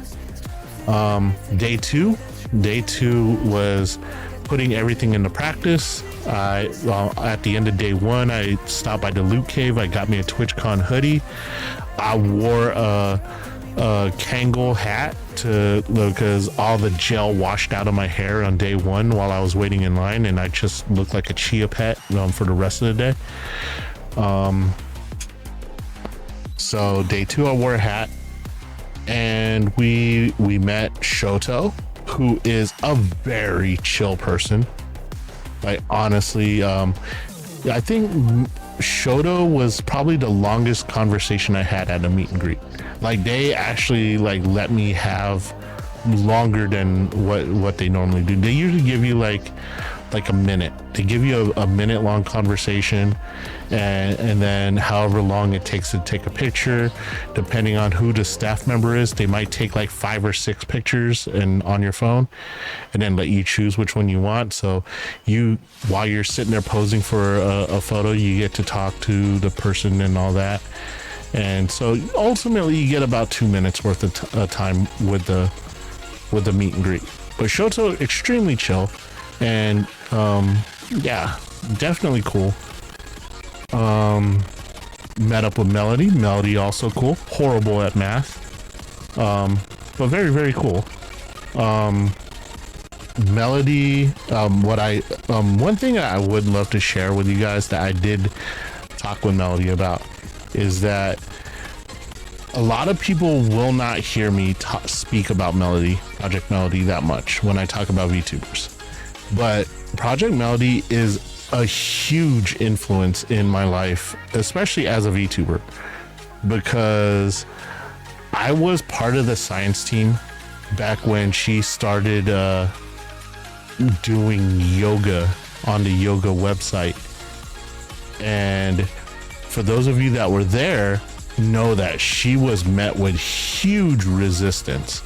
A lot of people did not want her on that website. A lot of the other talent on that website pretty much tried to get her kicked off and banned from that website because honestly, they thought that a cute anime girl had no place on a yoga website for real life face streamers. And they were upset that she was so popular and she was making a huge mark on the industry that they attempted to sabotage her every step of the way. But she just kept on going.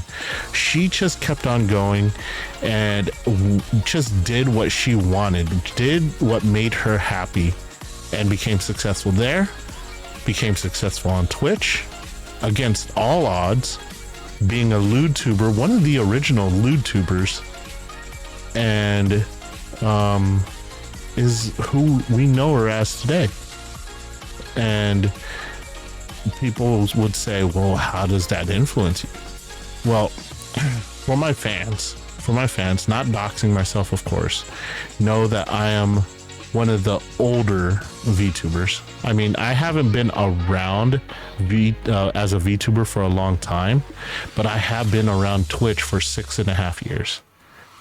I don't have any of my original subscribers, but I do have a 6.5 year subscriber badge available for anyone who does make it that long with me.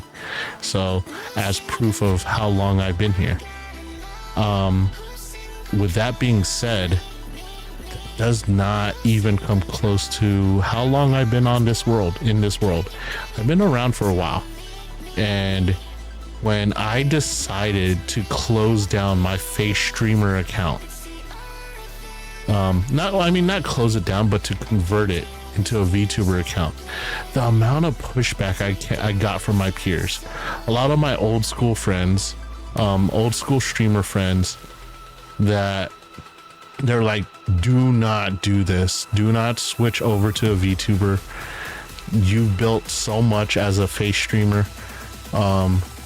You're too old. You're too old to start over. Everyone told me I was too old to start over. Everyone told me it was a huge mistake. Everyone pretty much said that I'm going to lose all my streamer friends, which unfortunately is not far from the truth. I lost a lot of my face streamer friends due to becoming a VTuber. But that's okay. That's okay. Because this is what I want to do.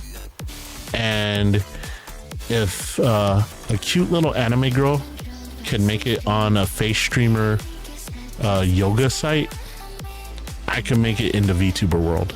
And I decided that I would take up her bravery and her persistence and continue along this path. And honestly, I mean, as my friends, my mods, my friends that are mods could tell you, I invest heavily into this endeavor, both monetarily and mentally and physically. I commit a lot into just coming here every day, between to my anywhere between 1 to 8 viewers that I'll have on per stream.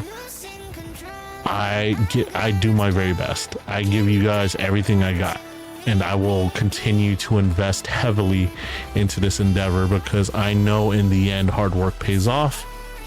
And Project Melody, she is proof of that, and she is inspiration to me, which is why I chose her over some of the VTubers that I naturally go and into their streams. I could have went to VtuberEN. I love the girls of VtuberEN. No discredit to their name.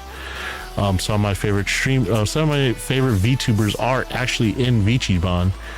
But I surpassed that, and I decided I wanted to see the person who actually spurred me along into the lines of VTubing. and tell her that story that I just told you in a shorter sense, of course, because I only got like a minute to tell her that. And that's how I found out she was really bad at math. Because yeah, apparently she could not do simple math and subtraction when put on the spot, which is okay. It's Mel. So we give Mel a certain amount of leeway simply because without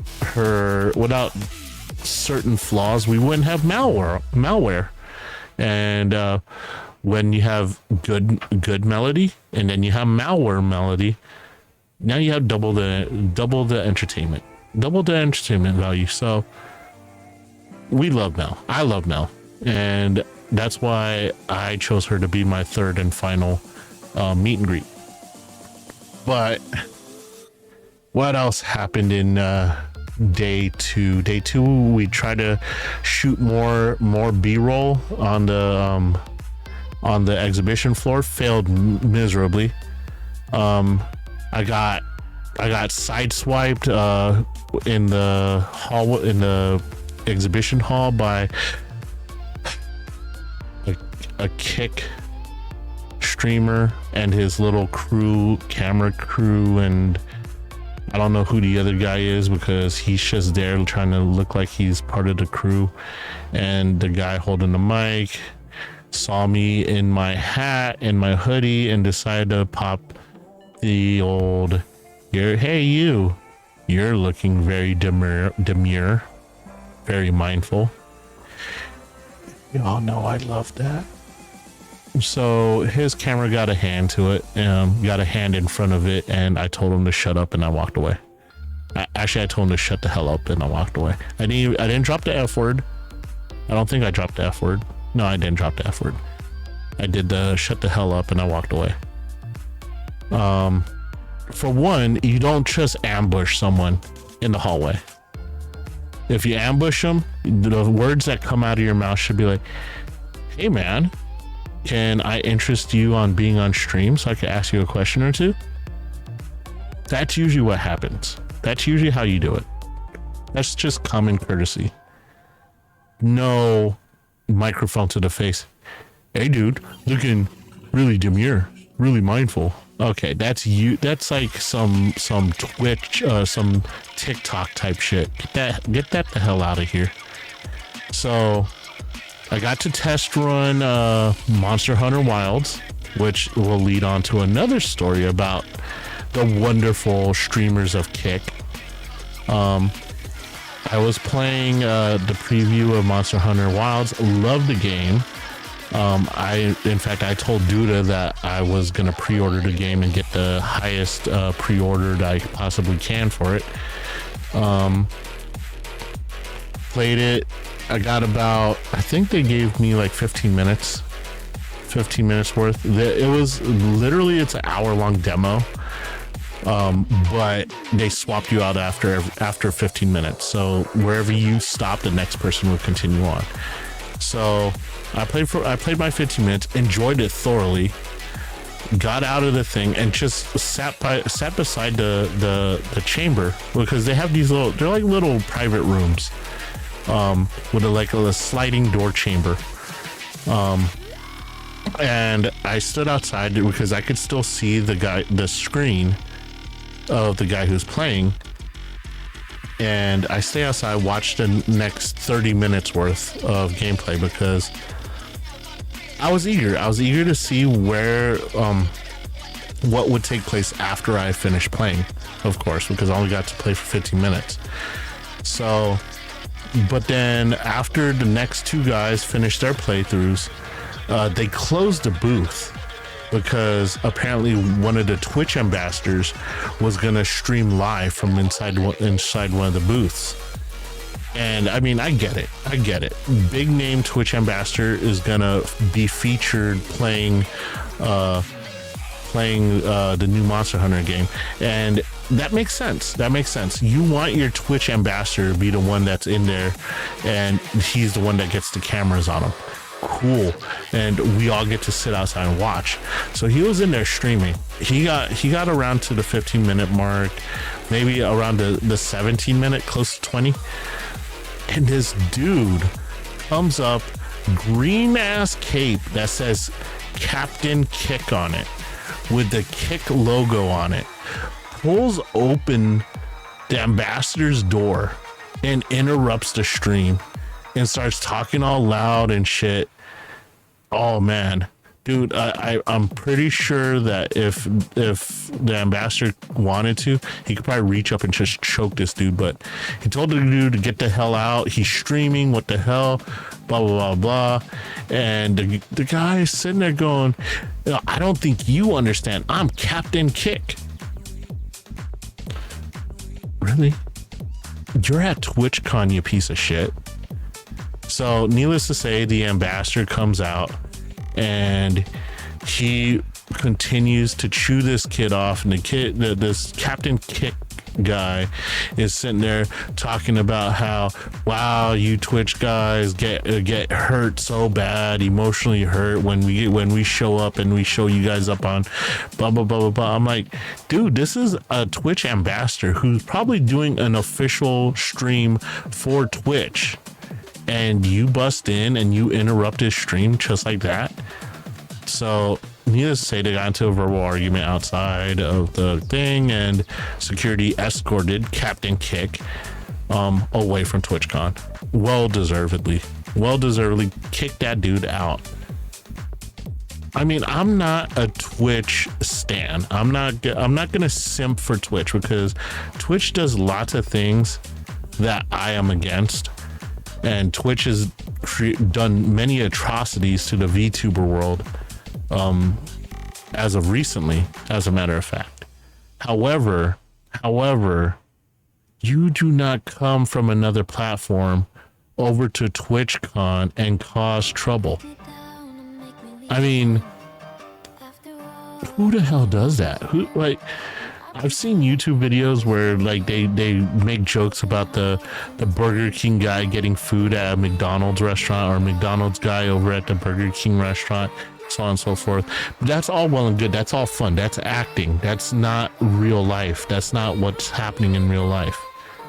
But to show up knowing damn well you're from a rival platform to the flagship convention for your rival to do nothing but cause trouble, you're an idiot. You're an idiot, dude.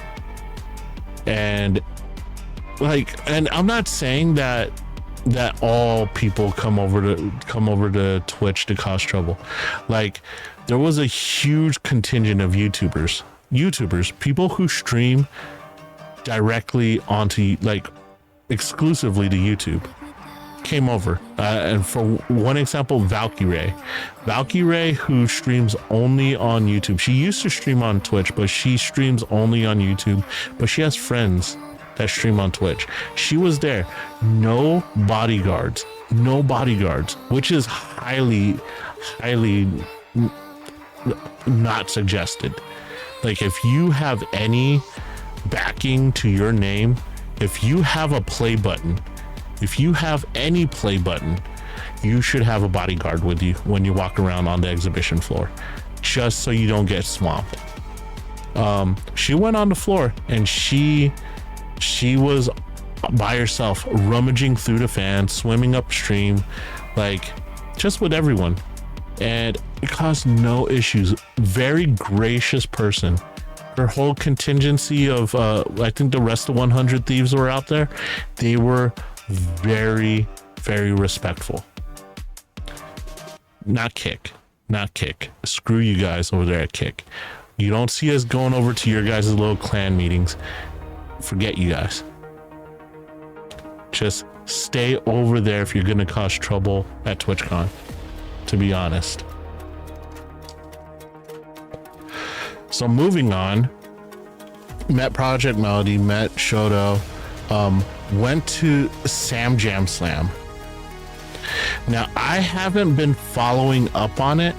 The last news I knew about the Sam Jam Street Fighter Slam was that Koei's team made it to the grand finale. They were in the wild card bracket, pretty much the losers bracket, but they could fight their way to the grand finale. And Koei, Coefficient, very well-known VTuber adjacent personality on Twitch, loved by, I want to say, almost all VTubers love Koei. He's not just a fan of Ishoujo, he's a fan of Hololive, a fan of certain people in Niji Sanji, Phase Connect, what have you, Vichibon, he a few indie VTubers. He is very VTuber adjacent, and I wanted to be there to support him. It also didn't help that his teammate was Doki Bird, who is new to the Street Fighter arena, has her own pretty much backstory on how she ended up in the tournament. And I was there, I wanted to be there to cheer them both on.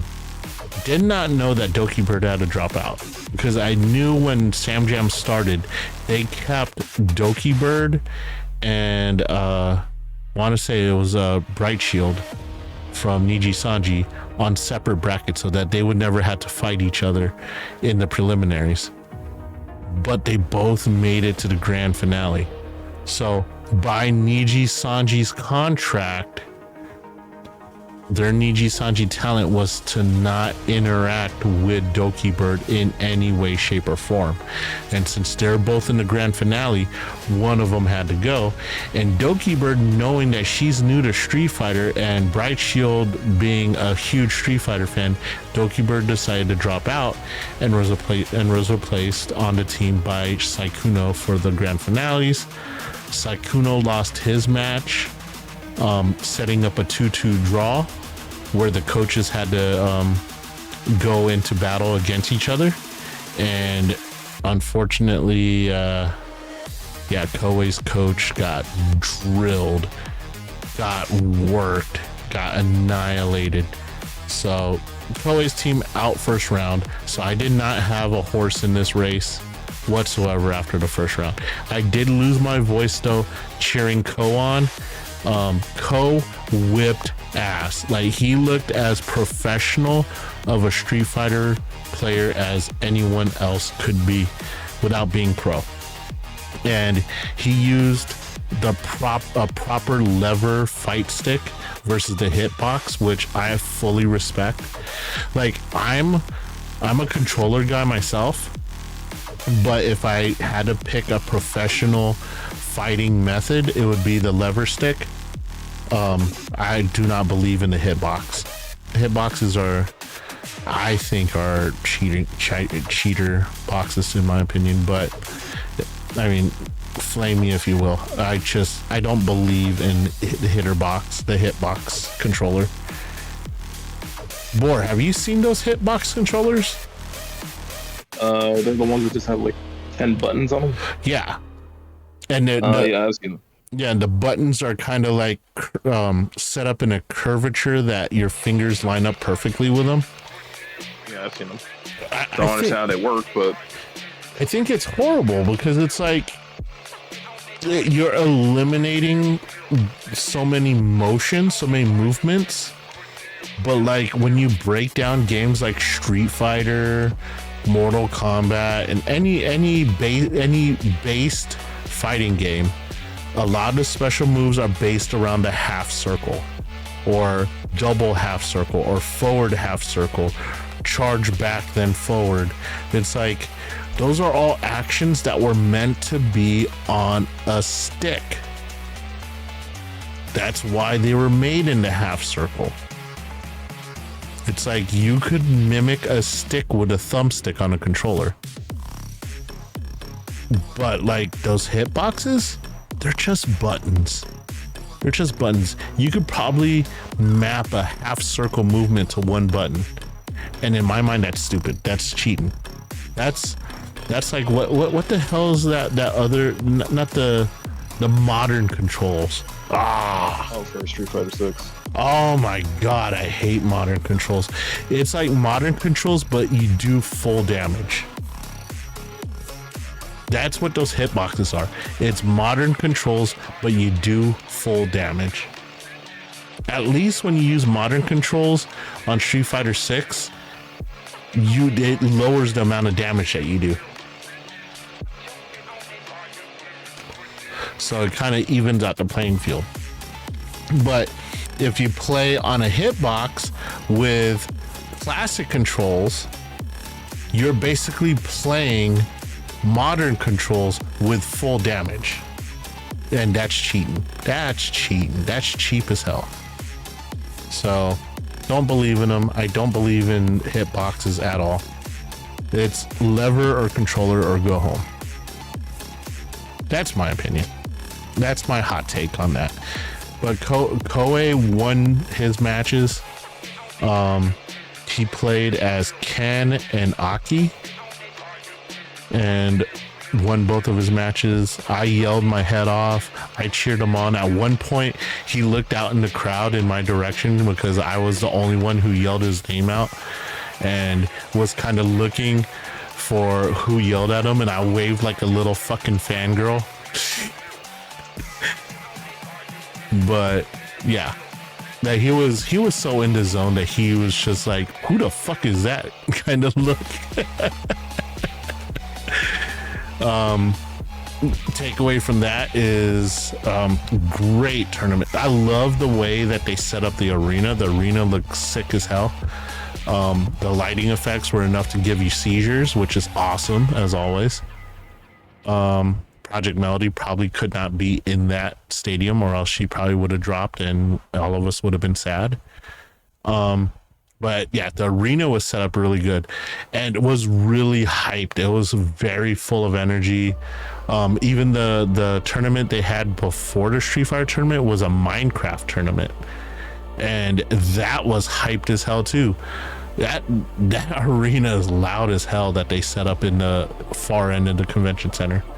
After that, went to a few indie VTuber meet and greets outside, which, since they do not have the benefit of a staff member when they do the unofficial meet and greets, did not get any pictures.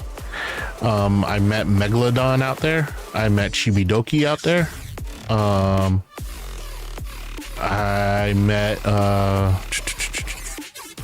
I think Numi and Yuzu were out there, but I could not get to the front of that line before they disbanded, unfortunately. But yeah, definitely an experience worthwhile. I was gonna go to the third day, but my voice was shot, my feet were swollen, and I honestly did not. I really had to make the sacrifice of not going the third day just so I could recover and be here for stream today. Not to mention, I have a talk show that I have to plan for.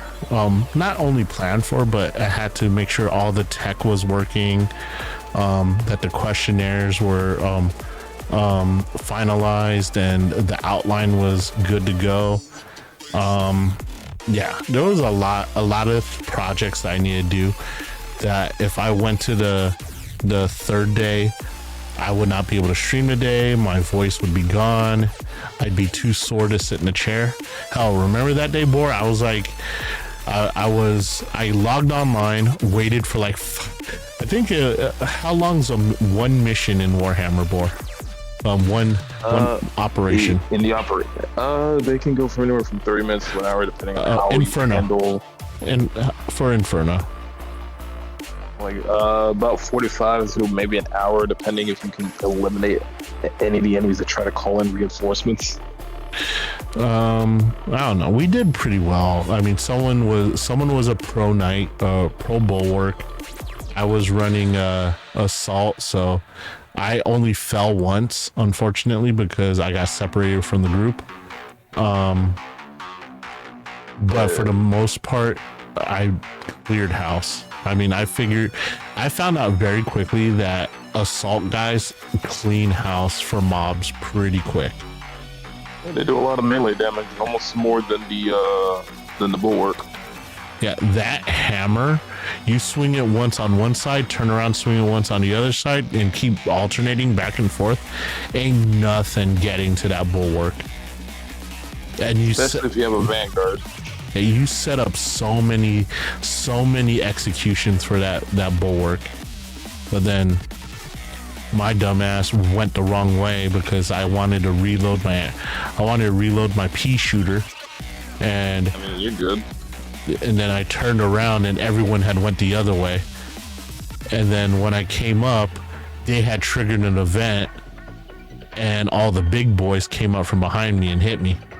And I ended up dying on the front line while all of them were at the event start area. So they had to come get me. But you'll get there. Yeah, I'll get there. I just need to memorize the operations a little bit better. But, I mean, they shift a bit each time you play them because different enemy types start spawning in. I mean, I only got taken out by one of those little guys that go underground. I don't know their names. I just don't like them. Yeah, the ones that latch onto you and you gotta wiggle free. Yeah, they remind me of the what do they call the saber teeth. Me and my friend called them for Dead Space.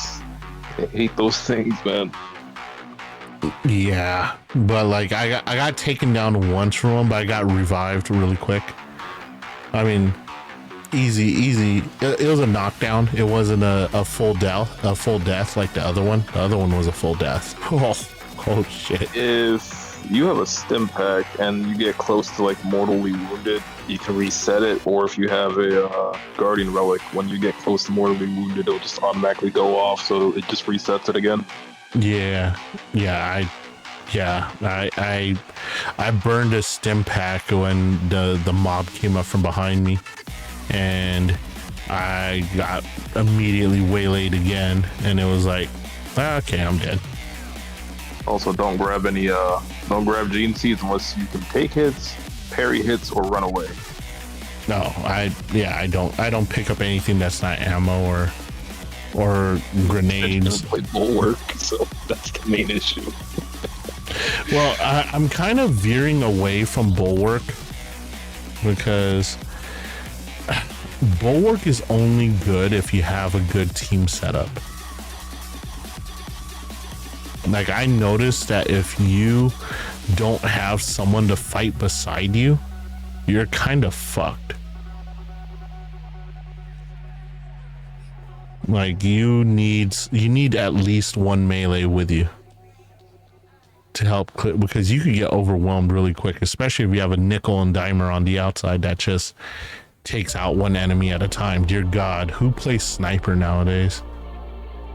But a good friend of mine, it's helpful. Yeah, my brother plays sniper now. It's just like, dude, why am I getting my ass kicked and you are walking around in stealth in the background? I will say I hate fighting snipers and jetpacks in PvP.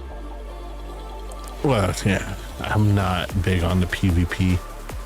I just wanna get full sets armors and stuff like that. But I forgot what I was gonna say. But yeah, one operation. I don't know what I said that one was in relation to, but it had something to do with TwitchCon. Are you waiting for people? Probably. Anyway, TwitchCon's definitely something to behold. If you are going to TwitchCon for the first time, by all means do all 3 days. If prep first. Huh? I was gonna say prep first, get your pain meds and plan accordingly. Oh man, I prepped so bad for those. So I have 3 types of meds that I take for pain, and I purposely don't take any of it the night before. Like, I will take it before I take all 3 types before I go. So one's for nerve pain, which has no of the NSAID stuff or any of the acetaminophen stuff in it. Then I have an acetaminophen thing. Then I have an NSAID thing. So Aleve, Tylenol, and freaking my nerve pain one.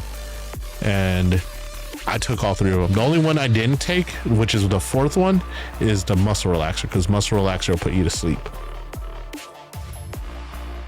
Do not take muscle relaxers, especially if you plan on going on public transportation.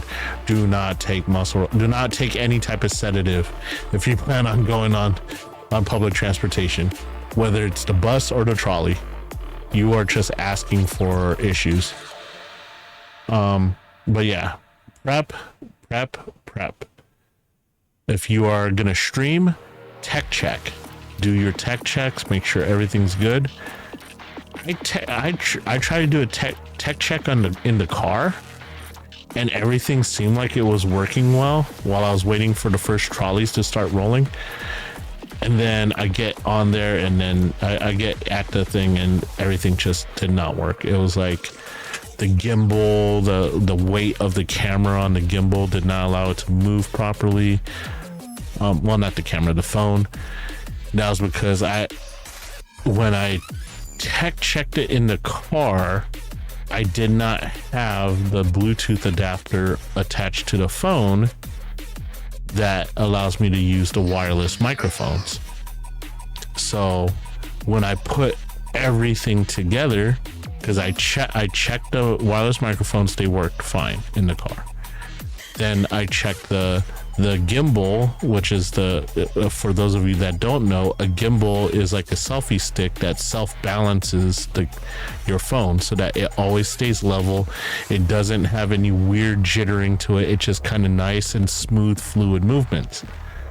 So I checked the gimbal with the phone on it. Worked perfectly good.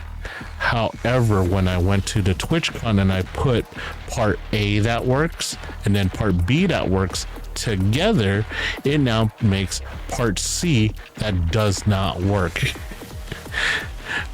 And people are like, why? Part A that works and part B that works should make part C that works. No, because the tiny amount of weight that Bluetooth adapter adds to the phone when you attach it to a balancing gimbal stick threw it all off, and the gimbal stick just swirled around like it was like going crazy. And I was like, maybe I should have recalibrated this when I had a chance to have the extra weight on one side of the phone.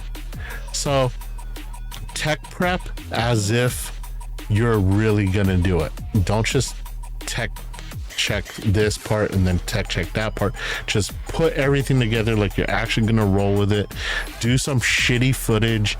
I mean, you're gonna be in San Diego. There's lots of scenic things out there to try and film. I mean, if you're out there early, go to Seaport Village. I hear it's really nice out there. I haven't been there since I was little, so check it out. Shoot some sunsets or whatever.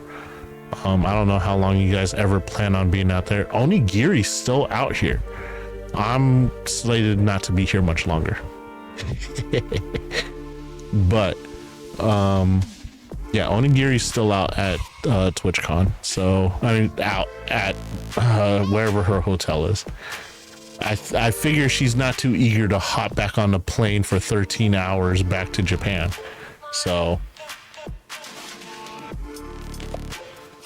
but yeah, but definitely it's worthwhile. If you have been to TwitchCon before,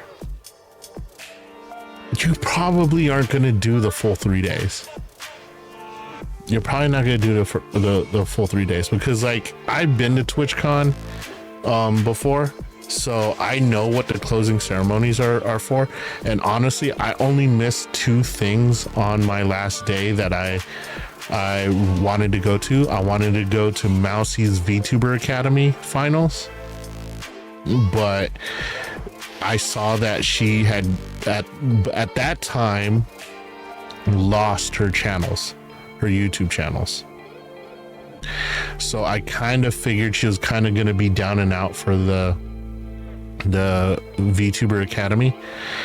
So I'm the type of guy that doesn't want to see people that he idolizes sad.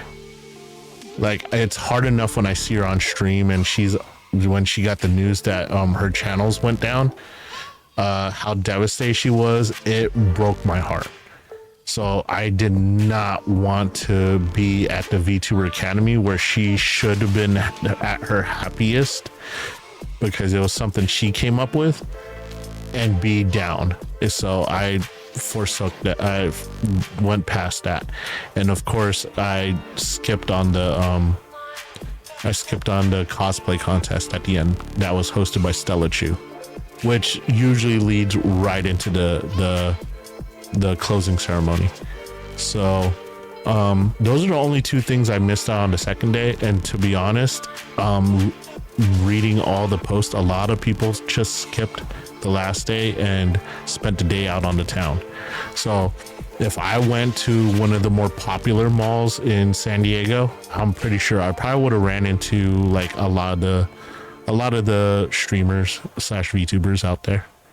So day 3, not really essential, but I mean, if Mousy did not run into that string of bad luck, I probably would have pushed myself to go to VTuber Academy, because that's been I could tell that was like a brainchild of hers for a while, and I really wanted to go and see that. But just the fact that she got hit with so much bad news, I did not think that it was going to be a very enthusiastic show, even though I did watch the VOD for it and it turned out to be really good. So I'm glad I got to see the VOD. But for those of you that don't know, I'm not going to spoil it so that you go watch the VOD and find out who won. But overall report card for this TwitchCon, I give it a B, solid B. I was gonna give it a B- based on the first day of the rain and all that, and the $30 hot dog and all that, but that's on me. That's on me for buying that hot dog, and also on me for not being prepared. It's like, I could say I'm gonna dress for the desert and end up freezing to death because I didn't bring a jacket. That's my fault. It gets cold at night in the desert. There's always a possibility that it could be a frigid day. So that would be my fault. And just because it's sunny San Diego, the land of perfect weather, the only thing wrong there is the fact that there could be an earthquake and California could fall into the water. I mean, that's my fault. That's my fault for not prepping for that. And not bringing up a disposable pillow, not taking my own advice. I guess I let the excitement hit me. It's been 3 years since I've been to TwitchCon, so I was really excited to finally be back. And it was my first time as a VTuber, so, you know, it's a whole new experience. It's a whole new experience when people don't recognize you without having to read your name tag. So,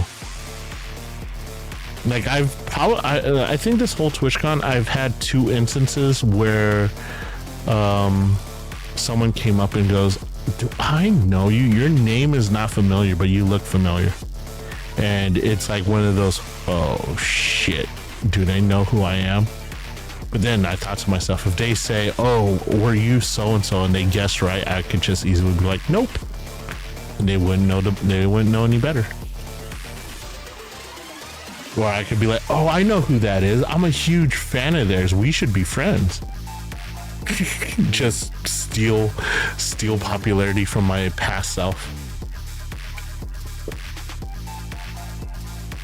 Hey man, all's fair in popularity contests, right?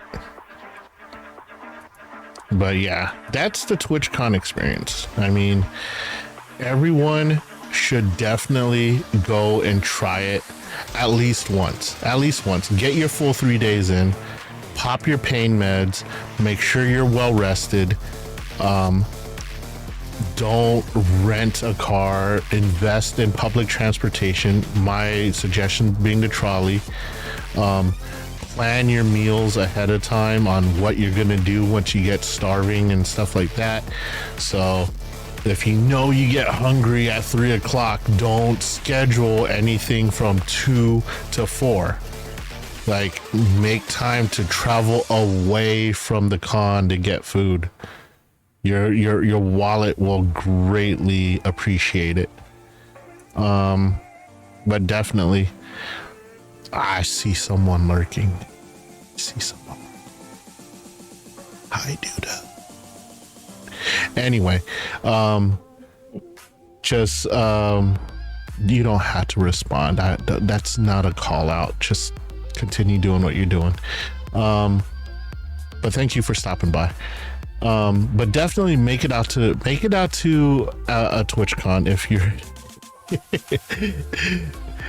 make it out to TwitchCon, especially if you plan on streaming on Twitch for a long period of time. Definitely make it out.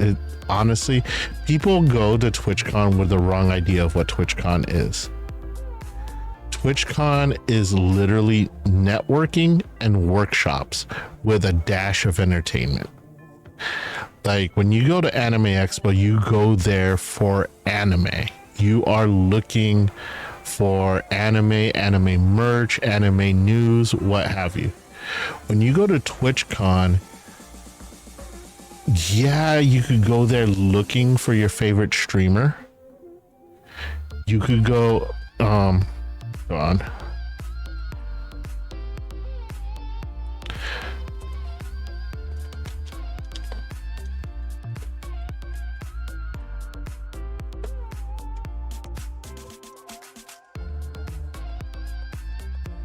There you go.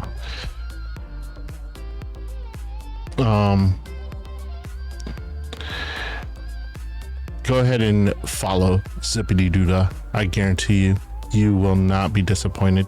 This man is a good friend and a very good streamer. Very strong presence, as you guys will find out on Saturday.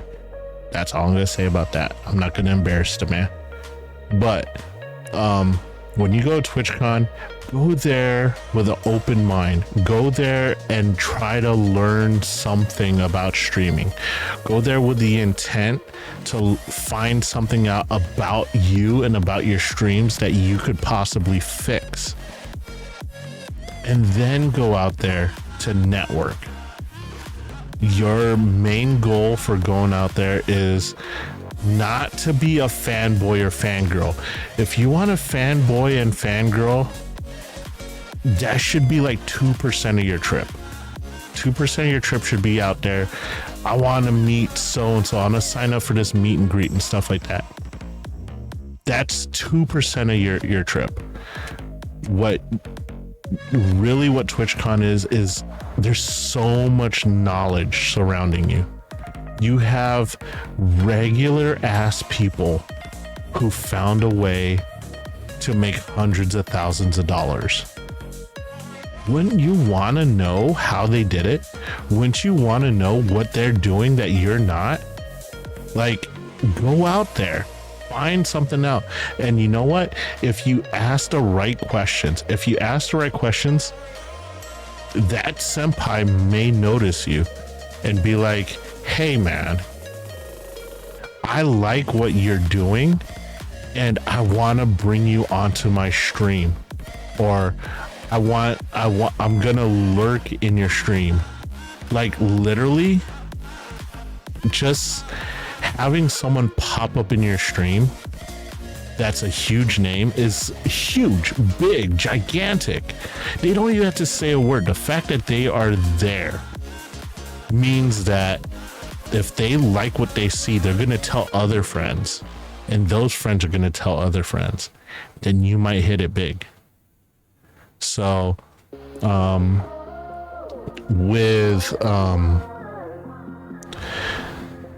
the mods, you guys are not gonna speak about anything that is like in specifics about what's in the mod channel, but in regards our talk show on Saturday, I reached out to two very big names, and hopefully they respond or give me a yeah or a no or whatever. That I request that they just, if they want to pop into the stream, they don't have to say anything. They could just lurk. They could just see what everything's all about, and then like if they like it, post a react video, or if they have advice or anything, fire it away. But there's two very big names that I reached out to, and only one of them you guys know of in moderator chat. The other one's a secret contact from back in my day. A secret contact that's back in my day. I reached out to that person to evaluate, and I think this person would be very interested in observing my guest. We'll just leave it at that. But I'm still waiting to hear back from both of them. But these are the things that you should be doing with your time at TwitchCon. Make your connections. Meet up with people that you normally collab with online, because just because you collab online with someone doesn't mean you can't deepen your friendship with that person. It's like it's good to be a reliable collaborator, but it's also better to upgrade yourself to a close friend. I'm just saying. Deepen that friendship, become more than just someone that someone collabs with. Go out to dinner, go out, hang out, have a few drinks at the block party, whatever, what have you. Yeah, take advantage of that shit. Unless you're under 21, then no drinking for you. Not that they would let you drink anyway. So yeah, they give you this wristband. It says TwitchCon 2024 21 plus on it, and then it has 3 little tabs that could be ripped off. Those are the 3 drinks that they allow you to have. So definitely go out to TwitchCon. If you're wondering if it's worth it, it is worth it only if you take full advantage of your time while you're there. If you're gonna go there to stream it, okay, I'm gonna tell you this much. If your sole goal is to stream TwitchCon, don't waste your money. Like, it was, I wanted to stream TwitchCon, I really did, but that was not my sole goal on going there. I had stuff that I wanted to take care of outside of streaming, which is why when I found out that the streams went down and did not work very well, I wasn't all bummed about it. Yeah, I was bummed because I promised that I would film a few of the meet and greets, but I had other things that I had to take care of. So TwitchCon was still very much worth it for me.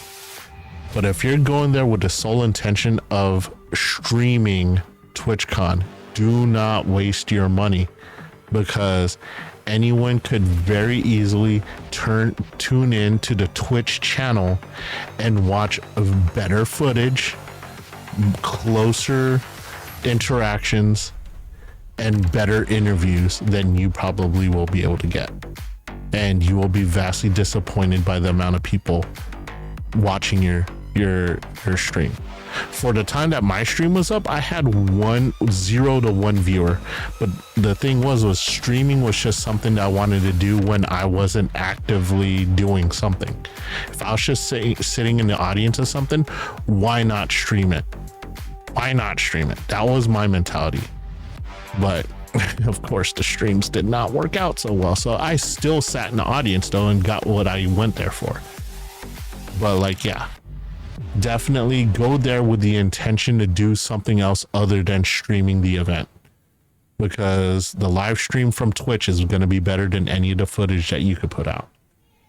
And I mean, I know that's a really cruel way of saying that, but it's true. It's true, because I don't want you to spend $300+ on the 3-day pass with the block party, and then umpteen amount of dollars to travel to San Diego, only to have 0 viewers on your stream and feel like you wasted all that money. Have a reason to go to TwitchCon other than streaming it. And honestly, even if you went there not knowing what to expect, you're gonna find something. You're gonna find other affiliates. You're gonna find members of the community out there. And remember, everyone there is a streamer. Everyone there is a streamer. Even the community who doesn't stream, in their hearts, they probably pictured themselves streaming at some point in time. So everyone there knows how to stream, and a big part of streaming is to not have any internal thoughts. If you're gonna think it inside, speak it. That way your audience hears you saying something. The audience isn't never gonna have to wonder what you're thinking about, unless you purposely set it up that way. So all those people out there are speaking their internal thoughts externally, and you may walk by someone and be like, maybe I should go to the Path to Partnership workshop. I'm right there at the cusp of becoming a partner, and I just need a few tips and tricks on how to make it the rest of the way. And then they wander off. You just heard that, and you're right there with them, and you're on the path to partnership. You're probably gonna follow them. You're gonna be like, yo, I want to go to that. I'm gonna find out what exactly I need to do to become a partner. Or they have sponsorship, how to manage your sponsorships. Go there. You're gonna hear that type of stuff. Or you're gonna walk around and you're gonna see a whole bunch of people gathered around a booth, and you're like, what the hell is this company? And you're gonna find something miraculously, and you're gonna be like, look at that. I don't see a lot of purposes for that piece of technology, except for what I want to do with it. And you're gonna be like, that's perfect for what I was looking for. I'm gonna give it a test run. I'm gonna ask all these questions about it. What was it? Elgato was there. Not Elgato. Was it Elgato? No, Shure microphones was out there. And for those of you who don't know, Shure microphones are the standard for streaming microphones. And they had everything is 50% off sale at their booth. That included the brand new microphones, the new ones that were just released. And you know why they're able to do that at TwitchCon? Because you're all professional streamers in their mind. And if everyone there buys a Shure microphone and it's on camera, they know they're going to be able to sell that to everyone else who wants to become a streamer, because all the streamers are using Shure microphones. So you're going to benefit from being at TwitchCon, because you're going to get a $300+ microphone for $150 plus. Or you're going to get a $150 microphone for $75 plus. Whatever the price is, you're going to get it for 50% off, simply for the fact that you, Mr. 0 to 1 viewer per stream, in the eyes of Shure Microphone, is a professional streamer, and they want their microphone on your stream. There you go. You just have another reason for being there. You know, you can catch those deals. You could, yeah, they have meet and greets, but the majority of the people that you want to meet, you're going to meet them out on the floor. just walking around, minding their own business. And you're like, hey, I'm a huge fan. Can I take a selfie with you? Yeah, sure. Boom, done. Instead of waiting in line for like an hour to get 1 minute with the person you set up an appointment with. There you go. That's another thing. Just don't go there just to stream the event. That's the biggest waste of money. Biggest waste of money. Just go stay at home, pull out $30 and buy you like 17 packs of hot dogs. That'll be the you'll get more than your money's worth than you would have if you went to TwitchCon if you're just there to stream the event. But just the experience alone, oh my god, yeah, definitely make a trip out there. Make a trip out there. You won't regret it. You'll regret it if you went out there to stream it though.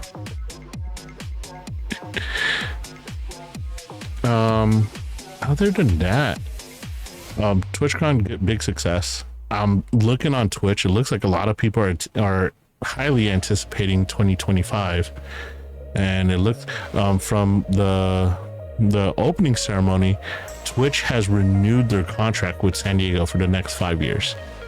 So they're going to be there through 2029. So just plan ahead. Looks like next year is going to be in October.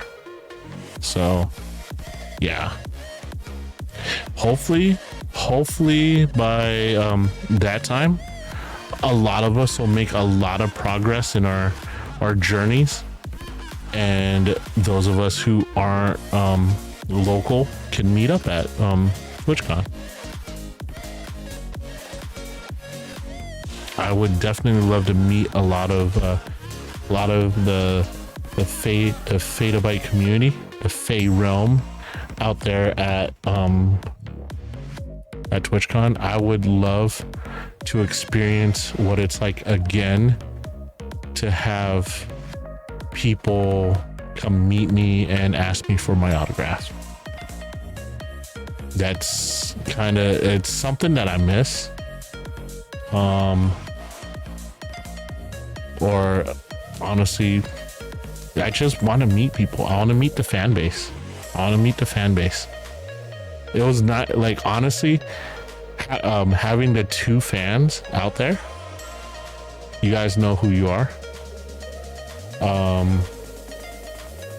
That those two alone made the whole trip worth it for me. So yeah, I spent hours talking to both of them on separate days, mind you. So really good time. Or I could talk to you on Discord all day long. I'm sure you get bored of me. Haven't yet. In fact, maybe next year I'll fly you out to TwitchCon. Hell no. What? No flying? The last time I flew, I was in daycare, man. You're afraid of heights? No. Oh, maybe, I don't know, but like the last time I flew, I was like maybe. I can remember the trip. I just screamed all the way there because my eardrums popped. All right, road trip.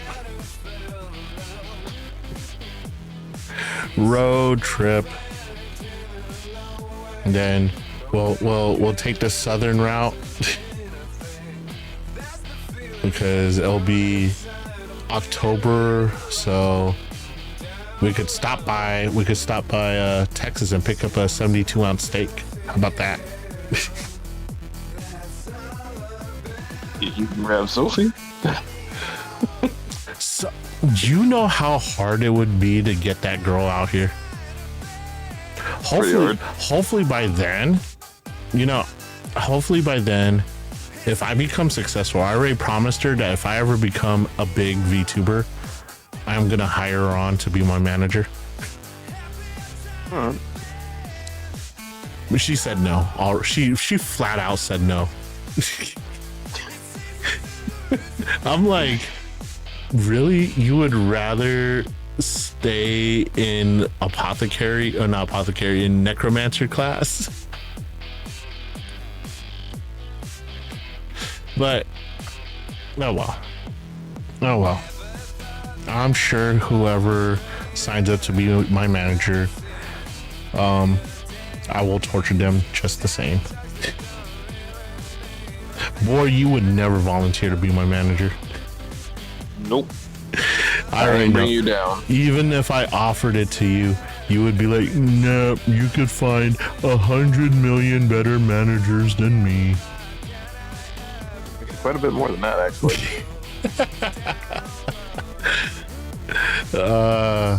Man. Oh well, but that's all hearsay. I'm probably never gonna be big. I mean, I did not become a VTuber to become big myself. I became a VTuber to make everyone else big. I honestly got tired of watching so many people graduate before the VTuber community even got to know who they were. So, I mean, I'm tired of seeing that. I want everyone to get a fair chance. That's my goal. And also to harass Fallside by being a part of his news team. Like, I want to be the have you watched Anchorman? I don't believe so, no. Oh god, you need to watch Anchorman 1. Don't watch Anchorman 2. Anchorman 2 sucks. But watch Anchorman. That news team is amazing. I want to be Brick. I want to be Brick Tamlin. I'll be the guy that just is there. But yeah, definitely give that a watch. That's funny. I don't think I have any live events that for the rest of the year, to be honest. I think everything else will be streams, and I'm hoping with the success of this up and coming talk show, I get more people interested in being on. Honestly, I hope this talk show catches fire. Like, that'd be great, because then I could support the whole VTuber community by exposing them to all kinds of new talent out there.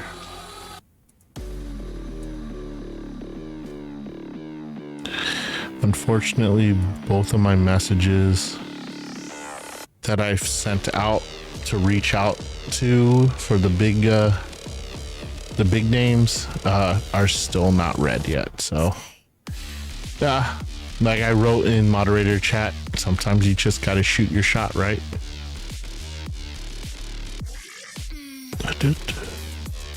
What else? We got like about an hour and a half. I don't think that's really enough time to fire up a game. Let me see here.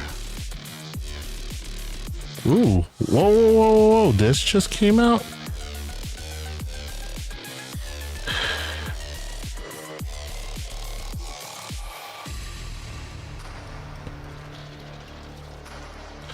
What the? Twitch reverts accidental account suspensions. What the hell?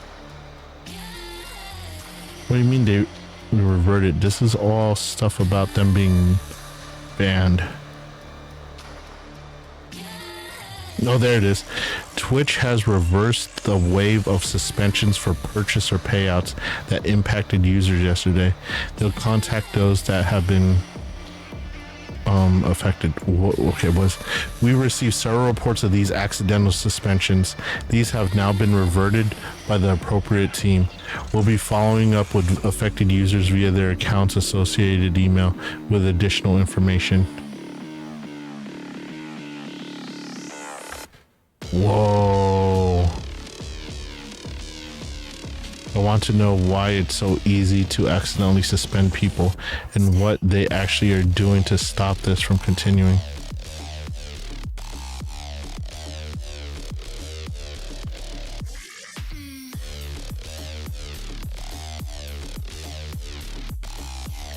Wow, so they reverted all those bans.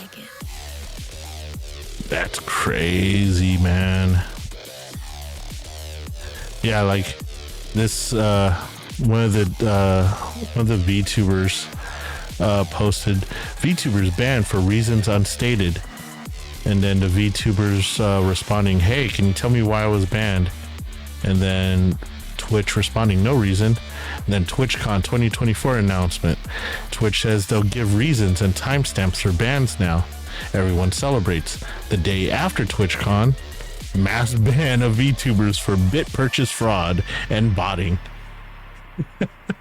What the hell? Oh man, like Twitch is literally bipolar. They're like, oh no, we hate VTubers. Oh no, we're sorry. Oh no, we hate you again. Ah, we're sorry again. Ah, freaking Twitch. What else here? TwitchCon 2024 wrap up. Everyone's doing wrap ups.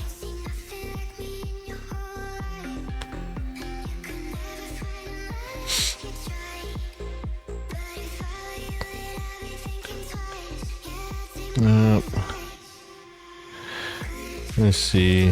What other information do we have? TikTok is going through an outage.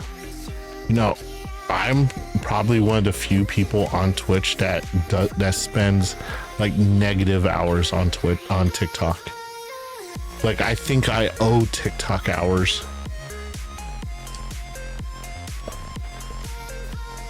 And I'm not gonna pay up either. I'm not a TikToker. I should. I heard TikToks and YouTube Shorts are a fast way to blow up, but I'm not about blowing up. Maybe if I post on TikTok like the advertisements for the talk show, that could help. But I'm not about, like, clipping is a lot of fucking work, dude.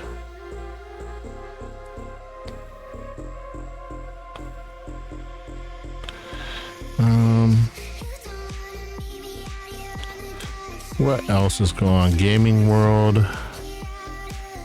People are looking forward to a Bloodborne remaster. The Soul Reaver series, or Legacy of Kain series, is getting remastered. I brought that up a while ago. Holy crap. Yeah, so apparently State of Play is going to happen at 3 p.m. today. Pacific Standard Time, so 6 p.m. Eastern. I'm not going to be awake for that. I'm going to be way passed out. Honestly, I prefer waiting until everything goes through so I can just pick what I want to see.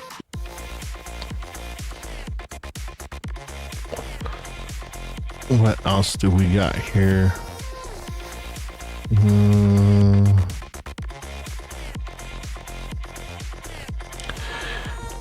Daima English premiere. For anime news? Or Dragon Ball 40th anniversary. Resident Evil 9. Valorant. Patch news. I only know a handful of people that I'm close with that still play Valorant. Try it with a couple friends. I went 1 and I think 14. Ooh. You got a victory. Hell yeah.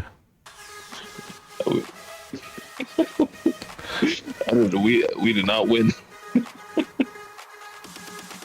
No, 1 and 14. You won 1. Oh, Professor Layton hit Steam. What the fuck? RPG site, Dead by Daylight events. Soul Reaver remastered. Sonic 3 posters. Dude, the amount of Rule 34 for Knuckles is not Knuckles for Shadow is ridiculous. I think the Keanu Reeves voice helped out a bit. Yeah, a lot. No. Everyone's happy that he's tuning into his black alien energy. Warhammer superfan Henry Cavill has been playing Space Marines 2 and says he loves the game. He is Space Marines, a veteran. I assume Ultramarine, still blue. Yeah, he's still blue. It could be an Imperial Fist. It could be Trident. It could be a few other factions, but I think he's going Ultramarine. Let me click on. Let me see here. I don't think it shows his left shoulder plate, so you're not gonna be able to see it.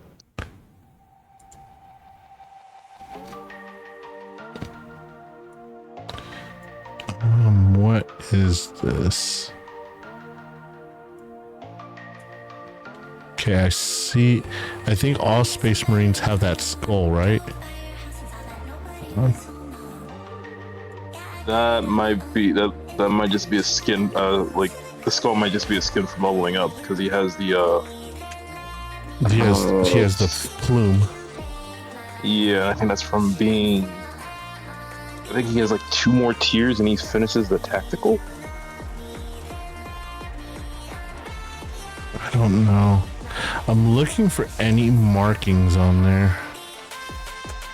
It might just be a normal Ultramarine, to be perfectly honest. It might be a veteran Ultramarine because it looks like the helmet looks white, but that just might be the decal. Wait a minute.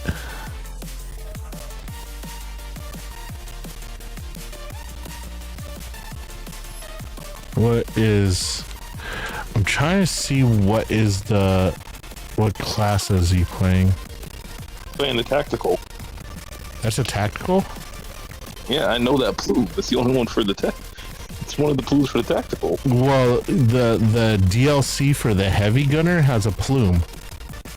Yeah, but if it's for the heavy gunner, he'd have the iron halo. Oh, true. So he is a tactical. I'm trying to think, is that I don't see any chains on him.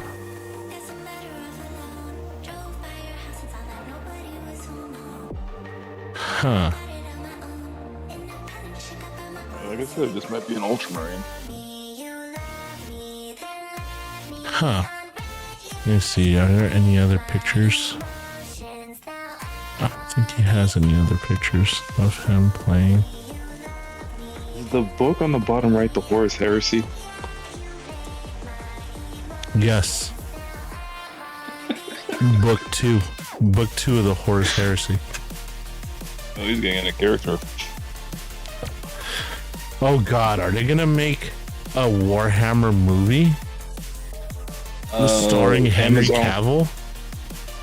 Amazon was supposed to be doing something with Henry Cavill revolving around Warhammer. And it's supposed to be separate from the Love, Death, and Robots, I presume. It's supposed to be live action. I mean, he could play a good Titus. He could play... you can play a good handful of characters from different portions of the Imperium. You could play a Custodian, you could play an Ultramarine, you could play a Primarch, you could play a Guardsman, you could play a Inquisitor, you could play a Commissar, a lot of things.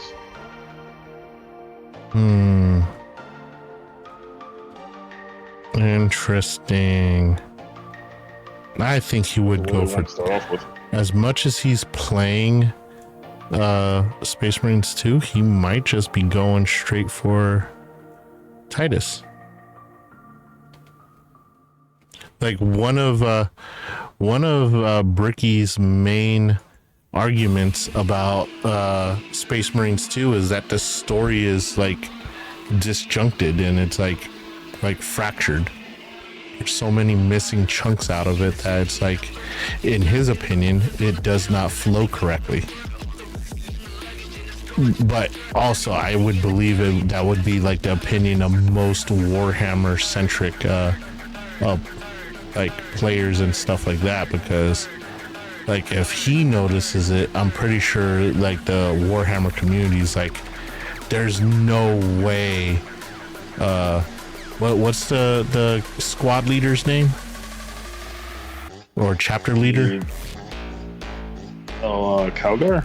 Yeah, they're like, there's no way Calgar would have just shown up for no reason. Like, why would Calgar show up for Titus? So like they're like going, okay, they need to expand Titus's story more to rationalize why Calgar would arrive. But I mean, and for just newbie fans like me that just know that Calgar was not happy about Titus's banishment, that's enough for me to be like, okay, he's a big fan of Titus and Titus requested that he show up, and that makes sense.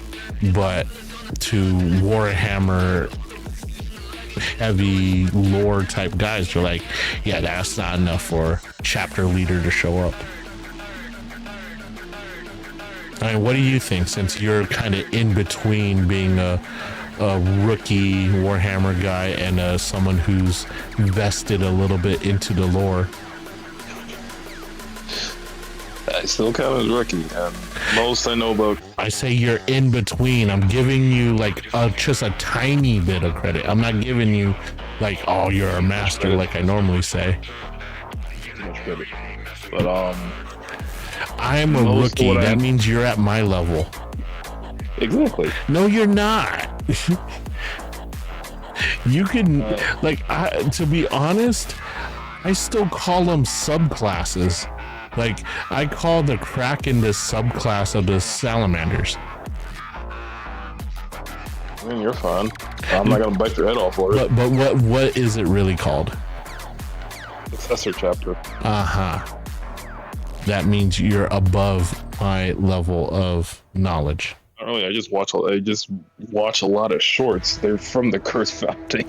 The fact that you watch shorts means you're above rookie level. Rookie level is the guy that just sits and digests what his friends tell him.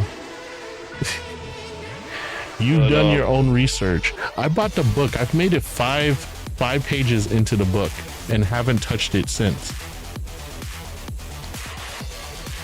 But, I haven't touched it mainly because there's a crease in my cover that happened during shipping, and I don't want to damage it any further. but Calgar, the most I know about him is his name's not actually Calgar. He adopted the name from a friend that died when they were trying to defeat cultists when they were still before they became Space Marines as kids. So he just uses his name to continue his story.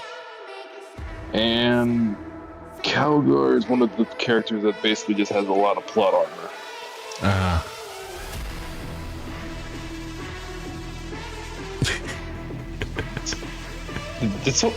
Oh, yeah, by the way, you do realize I sent like 2 hydrants. Have you actually been hydrating or no? No. I haven't been on the stream manager screen yet. I've been reading like stories on I've been reading stories on Twitch. Yeah, and messing with my VTuber model. I am but a child compared to your knowledge on Warhammer. The other thing I believe Calgar is very fond of the Inquisitors, or the Inquisition in general. So, oh wise one, tell me, why would Calgar rush to Titus's aid? Either more plot for the Ultramarines. Tzeentch is causing a bit more trouble than he's used to, even though Calgar has ripped off the head of a giant titan, I think, or some type of chaos mech. Or Gilliman told him to go down there. Gilliman's the Primarch. They're dead. And the current acting leader of the Imperium.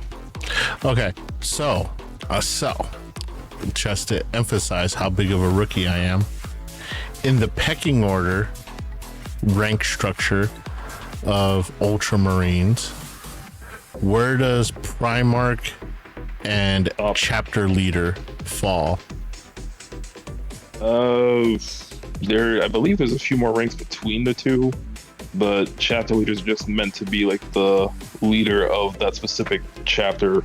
So the Ultramarines, that's subdivided into different sections. There's Nova Marines, Ultramarines, and there's a younger bracket that just likes explosives, I think. So they normally just get on their tanks and whatever, and just put on turrets and whatnot on them. The Megamine chapter.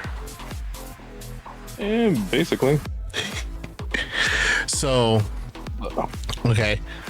Kind of answered my question. So, how often do chapter leaders speak directly to the Primarch? I'm not exactly sure on how often they speak with them. It's probably very different for each legion, but the chapter masters generally do speak with one another, bringing information when they need it. Some of them don't like each other very much. I believe the Tridents don't like the Ultramarines, or they don't like the Nova Marines. I can't remember which, but they'll speak to, I believe, Gilliman when something of importance is brought up. And since Rhaegar is a very well-known figure, he's normally in conversation with Gilliman, I think, fairly well. Not decently well, but enough that they speak enough with one another. So Calgar would have an audience with Gilliman if he needed to. Yeah, I'm assuming if the situation is dire enough, because Calgar ain't gonna bother Gilliman unless it's something very specific.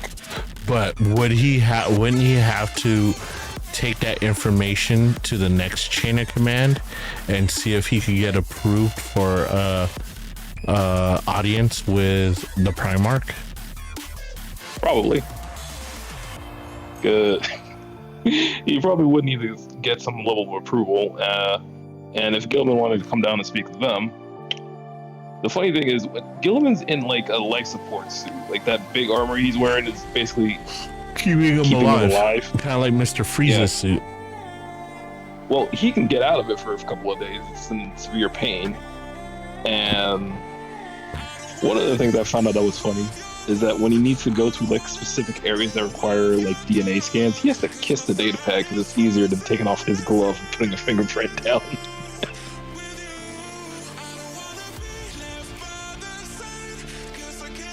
So, if someone were just to take a bolt gun and hit him once in the chest and puncture a hole through that suit, That'd have to be a very strong bolt gun. Primarch has better armor than the rest of everybody else. So how about a sniper rifle?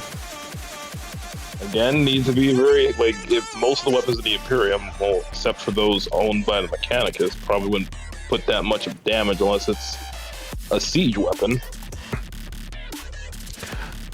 Okay. And that's if the Emperor doesn't want to try and make sure he stays alive. See, I'm learning something new every day. I believe the Inquisition, though, does not like Gilliman, but they know better not to mess with him much. So you basically punched a hole right into Bricky's argument that Calgar would not come down himself to assist Titus. No, my statement is I still missing a lot more information on Calgar. He has more information than I'm going off of what I know. So if I were to meet Bricky, I could just be like, yeah, my boy level 1 board called you a Chaos Faction stan, and Calgar would absolutely come down and help, and you're just hating.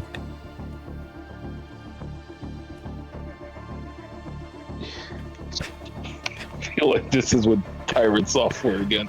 I'm just saying that if it has something to do with Tzeentch, because Tzeentch is one of the more problematic ones to deal with. If he has to come down there, it has to be with Tzeentch. The Ancient's one of the more ones that actually is more chaotic than the others, because with him, as I've said before, you could do everything he tells you to, expect to get a blessing, and get turned into an accessory for a pig for no apparent reason, just because he thought it was funny. Other ones, you do what they say, you climb up the ranks.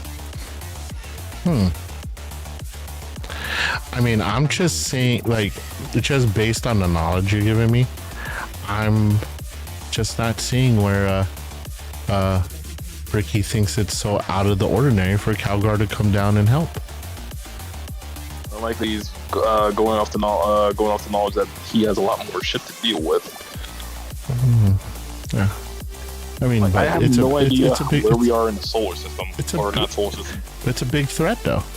It's a big threat. It's a big threat. It's a big threat. Yes. It's a huge. It's a big enough threat that probably a chapter leader should come down and take care of it, right? I mean, if he didn't come down there, they probably would have died. But I don't know if that's because of the people that made the story, or if they actually had people that know Warhammer system or not. I have no idea.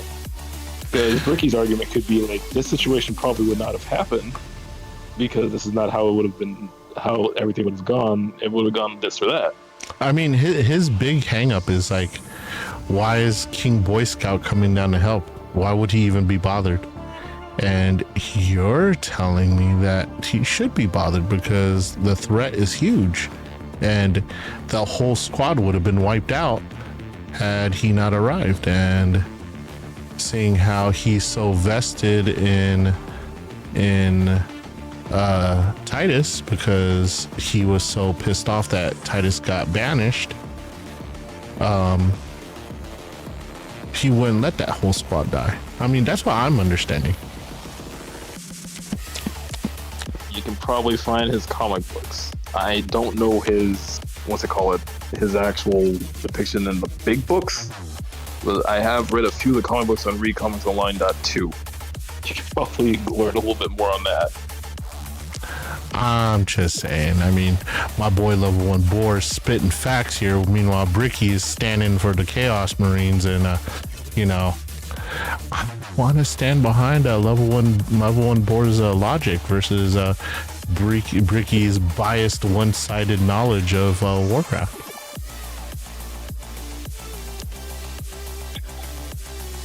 If that was the case, he would have said the Thousand Sons would have taken us out a long ass time ago.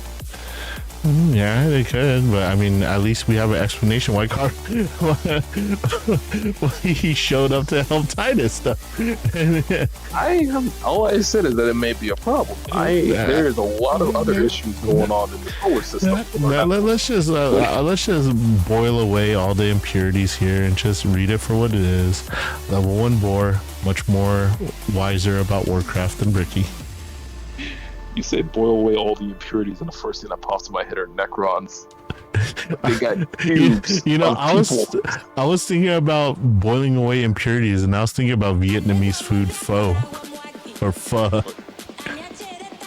And just one Necron just has a giant museum of people stuck in time in cubes. He's got a custodian. He's got chaos, or he's got things from all over the place. So more chaos being the bad guys. That's the book you were supposed to read, the Infinite and the whatnot, with the Necron on the picture. Oh, the one that they suggested me to read first? Yep. The one that actually has a full skull face. He likes to collect things from any civilization that's considered needs to be recorded. The other one on the other side likes to time travel. I like time travel. I'm not smart enough to understand that. I am not smart enough to understand any of that nonsense. I like time travel. My VTuber lore has me time traveling quite a lot. I'm like the Doctor Who but cooler. I don't depend on an ultrasonic screwdriver. I've only ever watched one episode, and that was about some type of weird lizard people. That's one more episode than probably Brickley's watch. So therefore, you're better than him in another aspect. I wouldn't say that. It was quite amusing when he kills people in Lockdown Protocol. I mean, he did not respond to my request to sign my Salamander book. So therefore, level 1 boar, you rank above Bricky in my mind. I will have Ricky, you hearing this blasphemy? I will have you write heresy in my Salamander book. All you gotta do is just say Gilman's gonna be in a relationship with an Eldar. That's all you gotta fucking write. I mean, I know you are anti-Emperor. I'm not a big fan of Big E, no. His sons are fine. Most of them. So, but the thing is that when you give me review or knowledge, you give me unbiased knowledge. I'm just saying, it takes a true fan of Warhammer to give unbiased, well-educated knowledge.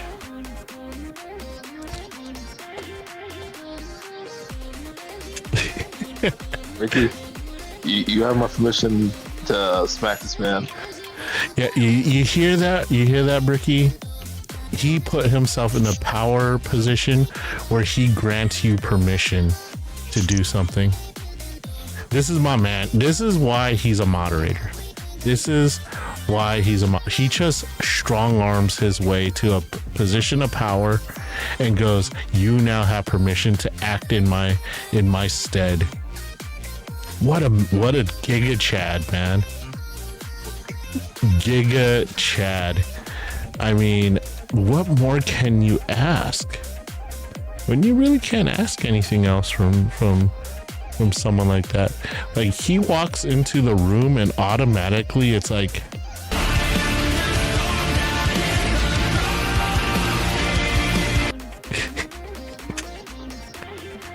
Oh man, for what? oh, you didn't hear that at all, did you? I didn't hear bumpkins. I was like, did my headset turn off? Yeah, probably. Oh, let me did not turn off. Let me do that. Let me do that again for chat. When Boar walks into a room, all of a sudden you hear.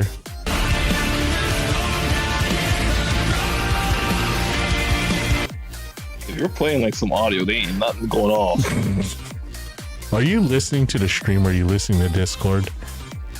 I'm listening through the Discord because I'd rather not have a 6-second delay echo.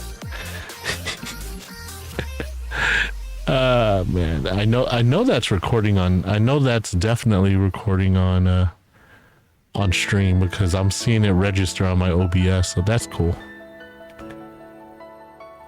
I'm gonna have to go through all this stuff on YouTube, aren't I? It's the I am the storm clip. I ain't got what's his name? I ain't got Vigil. Not Vigil. I should have Dante's brother's name.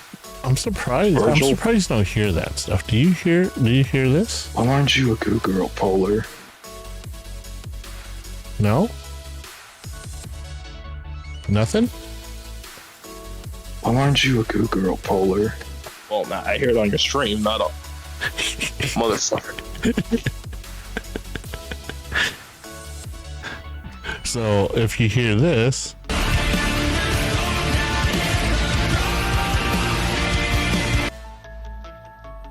did you hear that on stream? Yeah, now I do. I remember always singing to that. Oh man, I wonder how many of these I've gotten away with without you hearing. Like, I mute your stream and I listen to you. That's so funny because my stream is literally recording the sound effect from Discord. It ain't playing in Discord for me. Huh.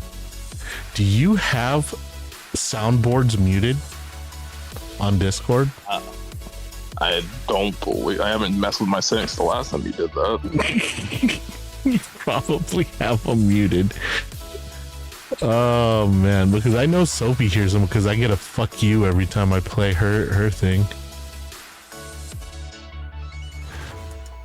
I don't even know where in Sam Hill they see about that. Like right click my name in the Discord voice channel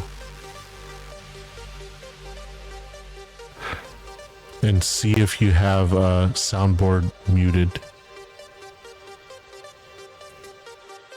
No, it's not muted. Sounds like an Xbox headset problem.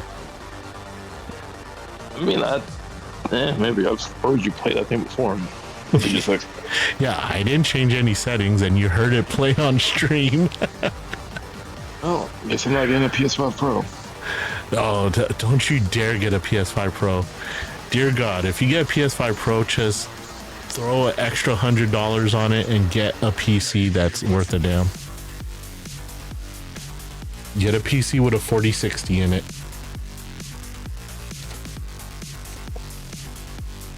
You just buy a Soldier Boy console. I'm gonna kill you. In Minecraft. No, you know what? I'm not popping in that server. You know what? Don't get a Soldier Boy console.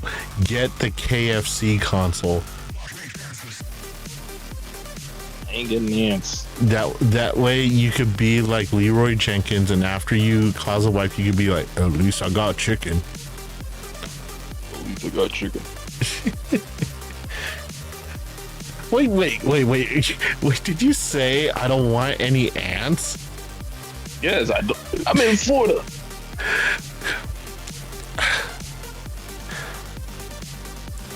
You would wash out the chicken tray. I mean, do you use an air fryer? Sometimes.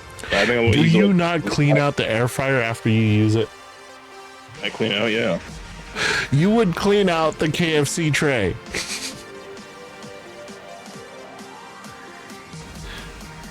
No. Like, honestly, you could probably air fry yourself some chicken if you put it in a basket on top of your Xbox Series X. My Xbox is laying sideways.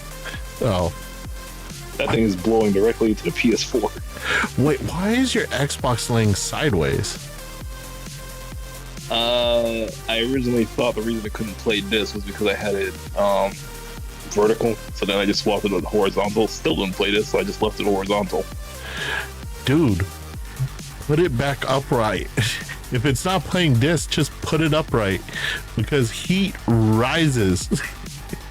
I'm fine with this. I'm fine smelling the burning section of my Xbox. That's not the Xbox. That's it burning whatever's next to it. That would be the Switch and a cat desk mouse pad. You know what? Don't waste your money on a new console. You're just gonna cook it with your Xbox. Don't get a PC. Don't get a console. Just buy like a whole bunch of toast that you want, or like bread. That way you could just toast it next to your Xbox. I mean, I have bread, but it's got a hole in the center of it. All right, hold on. Let me go use the bathroom really quick. I thought I could make it the whole stream, but let me use the bathroom.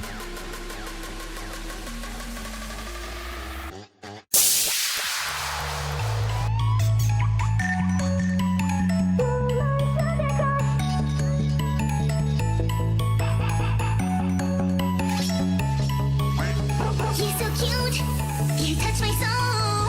I'm in love, I lose control. Only you put me on fire. Only you, I am desire.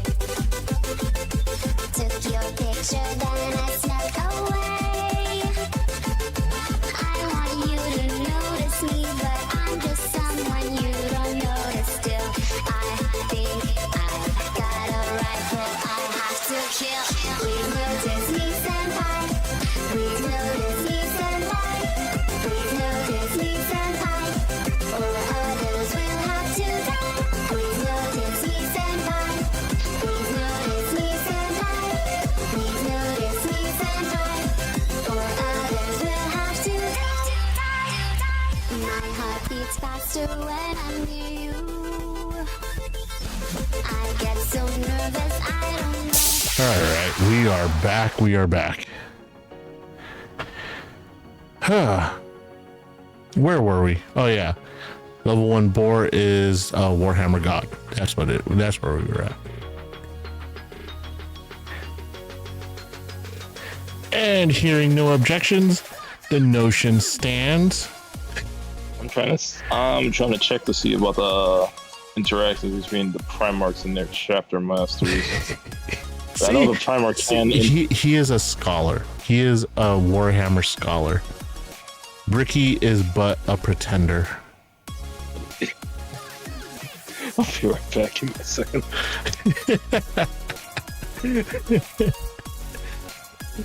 Oh God, I love it. I love it.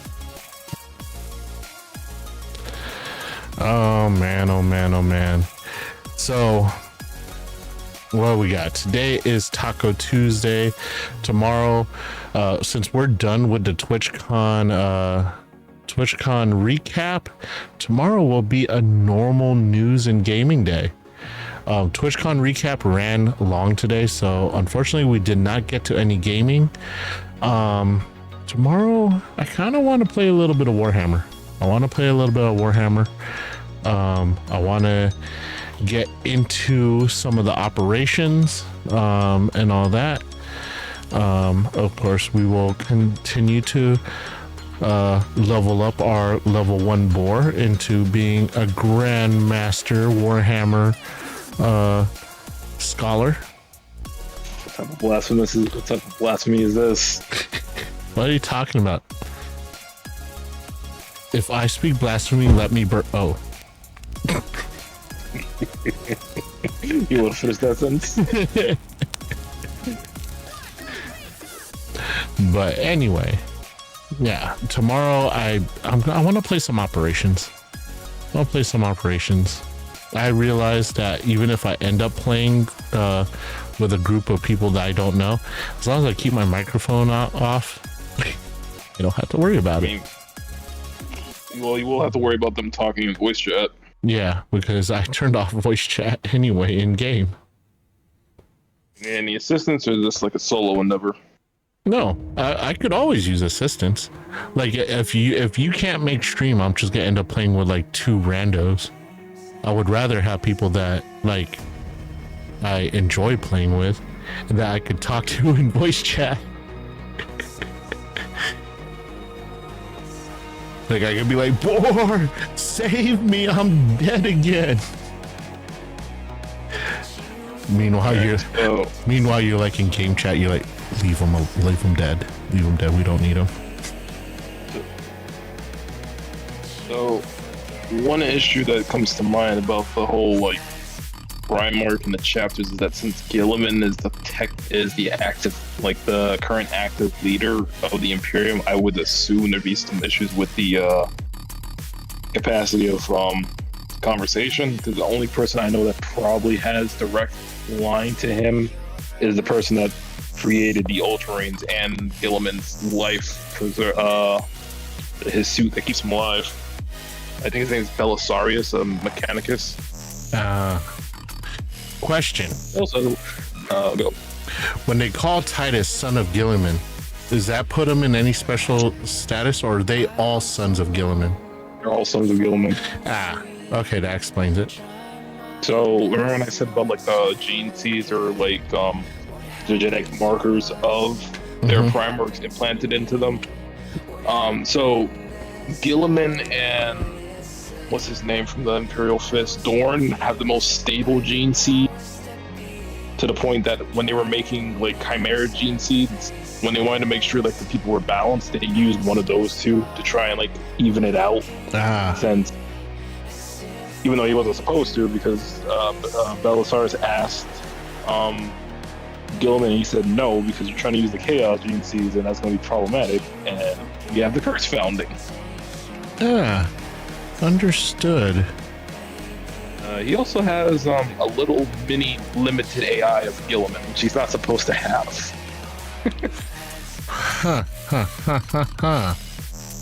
I learned so much more talking to level 1 boar than I do from watching the Bricky stream. He dumped a whole bunch. I still have to watch his videos, but I prefer watching Major Kill and Icelander and Coda. Because they are unbiased and factual.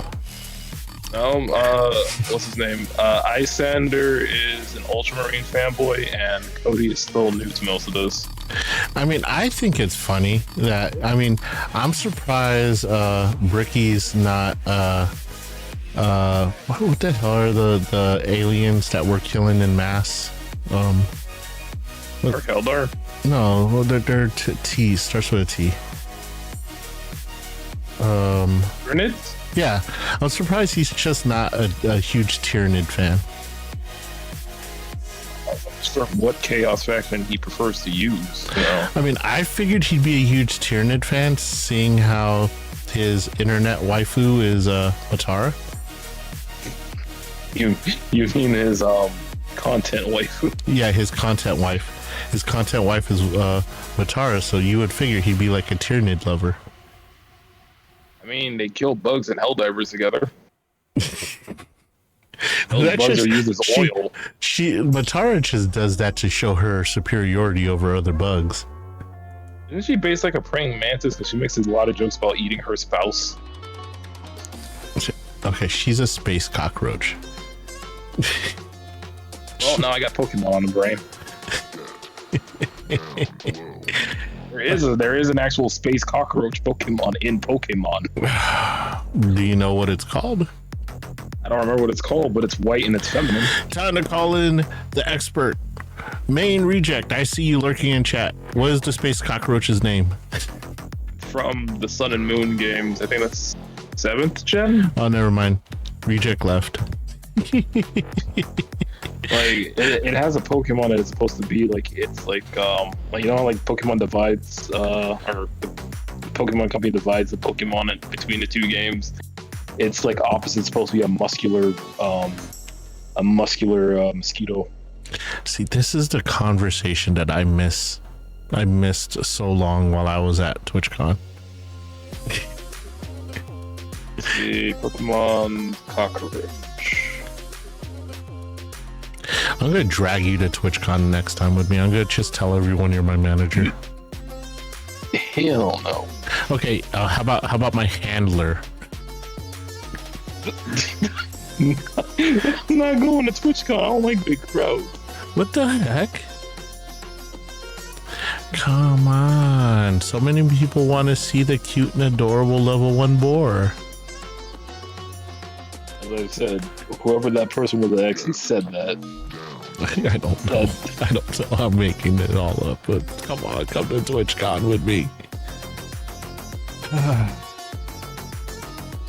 How is this damn Pokemon?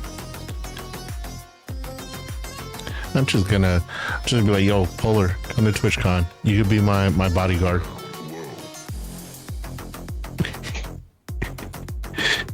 The number of dead bodies that will be lining floors. Pheromosa is the name of the Pokemon. Pheromosa. That's based off of pheromones. So I'm guessing, is it like a hyper sexualized Pokemon, or does it look like a roach? So the only part that looks like a roach is that its antennae are long and that its hair is in the shape of like the wings of a cockroach. Everything else is like very thin. Oh shit, that's Matara's model, Pheromosa.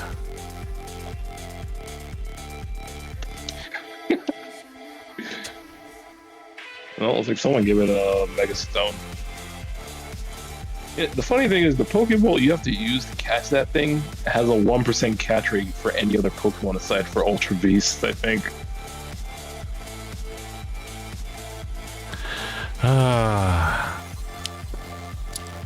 The things I'm learning. You're even teaching me about like VTubers. Imagine that. What other secrets do you have in there, level 1 boar? Or should I say level 100 boar? Cannibals say people taste like pork. What? Cannibals say people taste like pork and they don't like people that have tattoos. So you're safe. Hannibal said people taste like Cannibals. Oh, I was like, I'm trying to recall in what part of Silence of the Lamb did Hannibal Lecter say that? Because he was rather fond of how people tasted. If he had anything to say about like how people tasted it, it was either the Good with show fava on beans. No, it was probably the movie where they talk about him as a kid, or that one show where like Hannibal Lecter still pretending to be a psychiatrist. I don't remember that one. Honestly, I was watching it on Tubi at one point. Honestly, I watched Silence of the Lambs and then Red Dragon. Those are the only two that I've seen. Were there any other Hannibal Lecter movies? I know there's a movie, about him being a young boy and him coming into his desire for cannibalism. And there's a TV show where a guy that tries to get into the heads of criminals, he helps someone try to solve mysteries for it. I guess you could just type in Hannibal Lecter TV show or something. I could, but I like learning stuff from you. That's the fight code. I am no longer gonna look up things for myself. I will just ask you. That way you could be like my teacher. Boy, you and Polar are two birds of a feather. I'm just doing it just to annoy the shit out of you. Stoicy, we're gonna need to drag this man into the highest level difficulty in this game. That's okay. You're gonna be rezzing me a lot. Then we need to go into PvP. Nope. I refuse. I will only join PvP if you come to TwitchCon. We're both shit out of luck. I'm not a PvP guy. That's why I don't play Call of Duty. I don't play Fortnite. I don't play Battlefield. I don't play, what's the other one? Rainbow Six Siege. I don't play any of those competitive games or competitive shooter games. No, I hated the PvP areas of the Division. So that was just that. Even World of Warcraft, I only played one PvP map. And that's because I memorized the whole map. I'll let you guess which PvP map I played in WoW. I don't know anything about WoW, sir, aside from like a bit of lore from I think mobile. I thought you played WoW. No, I never played WoW. I thought I might try the whole like free thing, but I never played WoW. Oh, my bad. Yeah, the only map I played, the only PvP map that I played in WoW was Atarak Valley, which was a snow map that was basically not capture the flag, but like hold the ground. So you like captured an area and you held it. And that was the only PvP map that I ever played because it really didn't take no strategy. It was like, oh, they captured this area, but they left it unguarded. So sneak over there and then kind of steal it back without anyone knowing. Yeah, PvP should be fun as a rogue, but it was not fun because I chose a different rogue. It's like they had different types of rogues, and I was not an assassination rogue. I was a combat rogue, which you would think would be great for PvP, but no. Assassination was the way to go. But yeah, I have no intention of going back to WoW. Like I know Reject plays WoW. He's very into the new stuff right now, but I can't. It's a moral thing with me. I'm one of those guys that once you retire from something, you stay retired.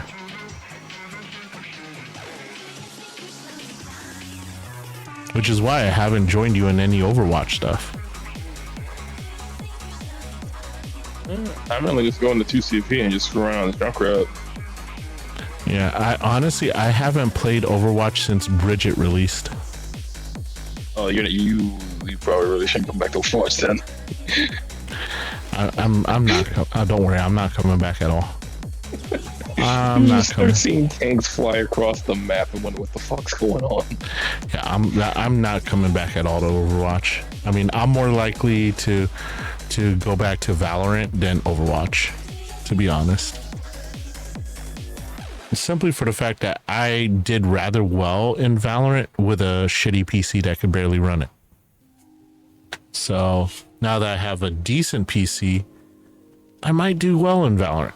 But I'm pretty sure the rebalancing of the characters, the character that I normally would use probably sucks now. So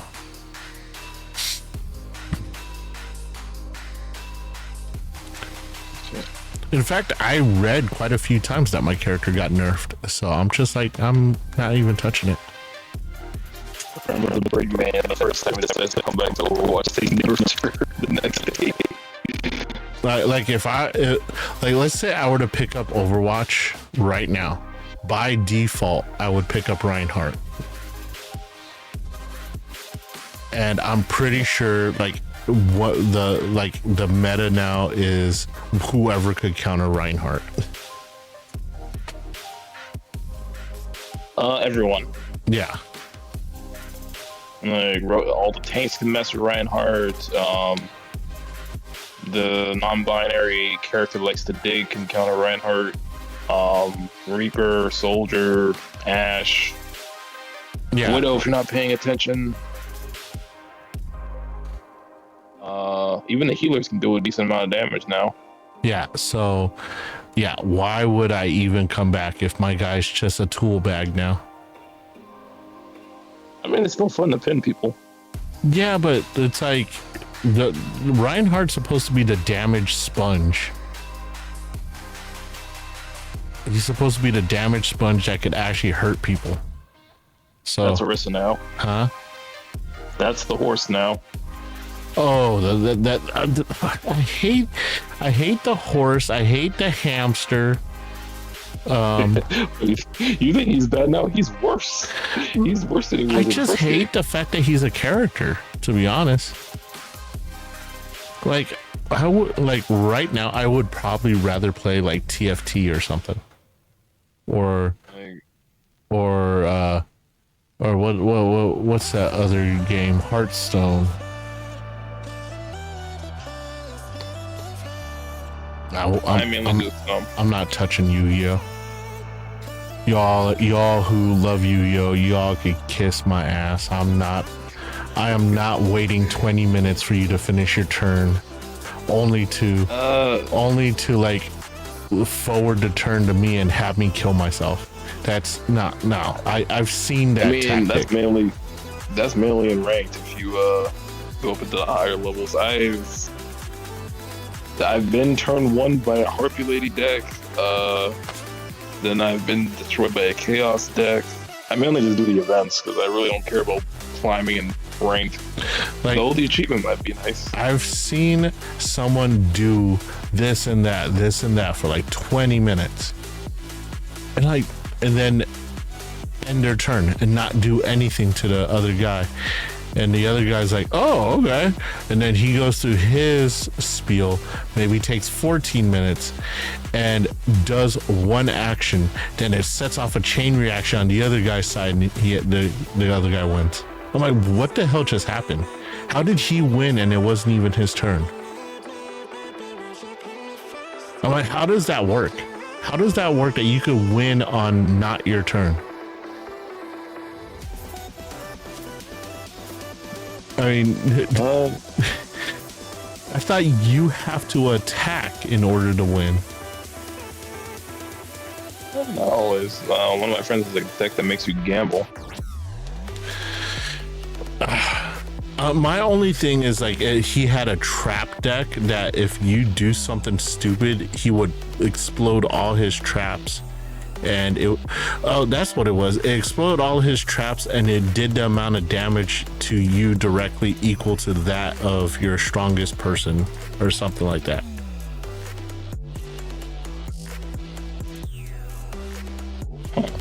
So like he set up this elaborate trap for like 20 minutes. And this guy's like, I don't know what the fuck you did because you didn't do any damage, but okay, my turn. And he used his turn to build up a giant first strike type creature, built it up to be humongous, hit the attack, and then the other guy triggered his trap that took that attack and redirected the damage directly to the opponent and killed him. And I'm just like, what happened here? I'm like, I did not know that I didn't know people could die in the first turn. I didn't know people could die in the first turn that wasn't their turn.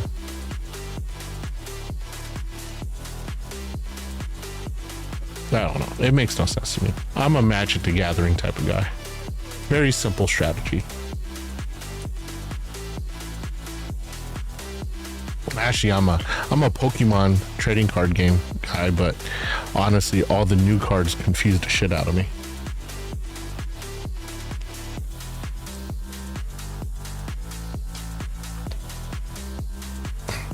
Yeah, I'll get there. Yeah. Or I could just lobotomize myself by watching 6 hours of Coco Melon. Probably. I don't think Sophie appreciated me publishing that expose on Coco Melon.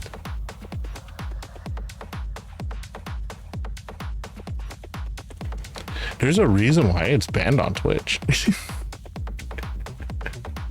Actually, it wasn't Twitch. It was YouTube.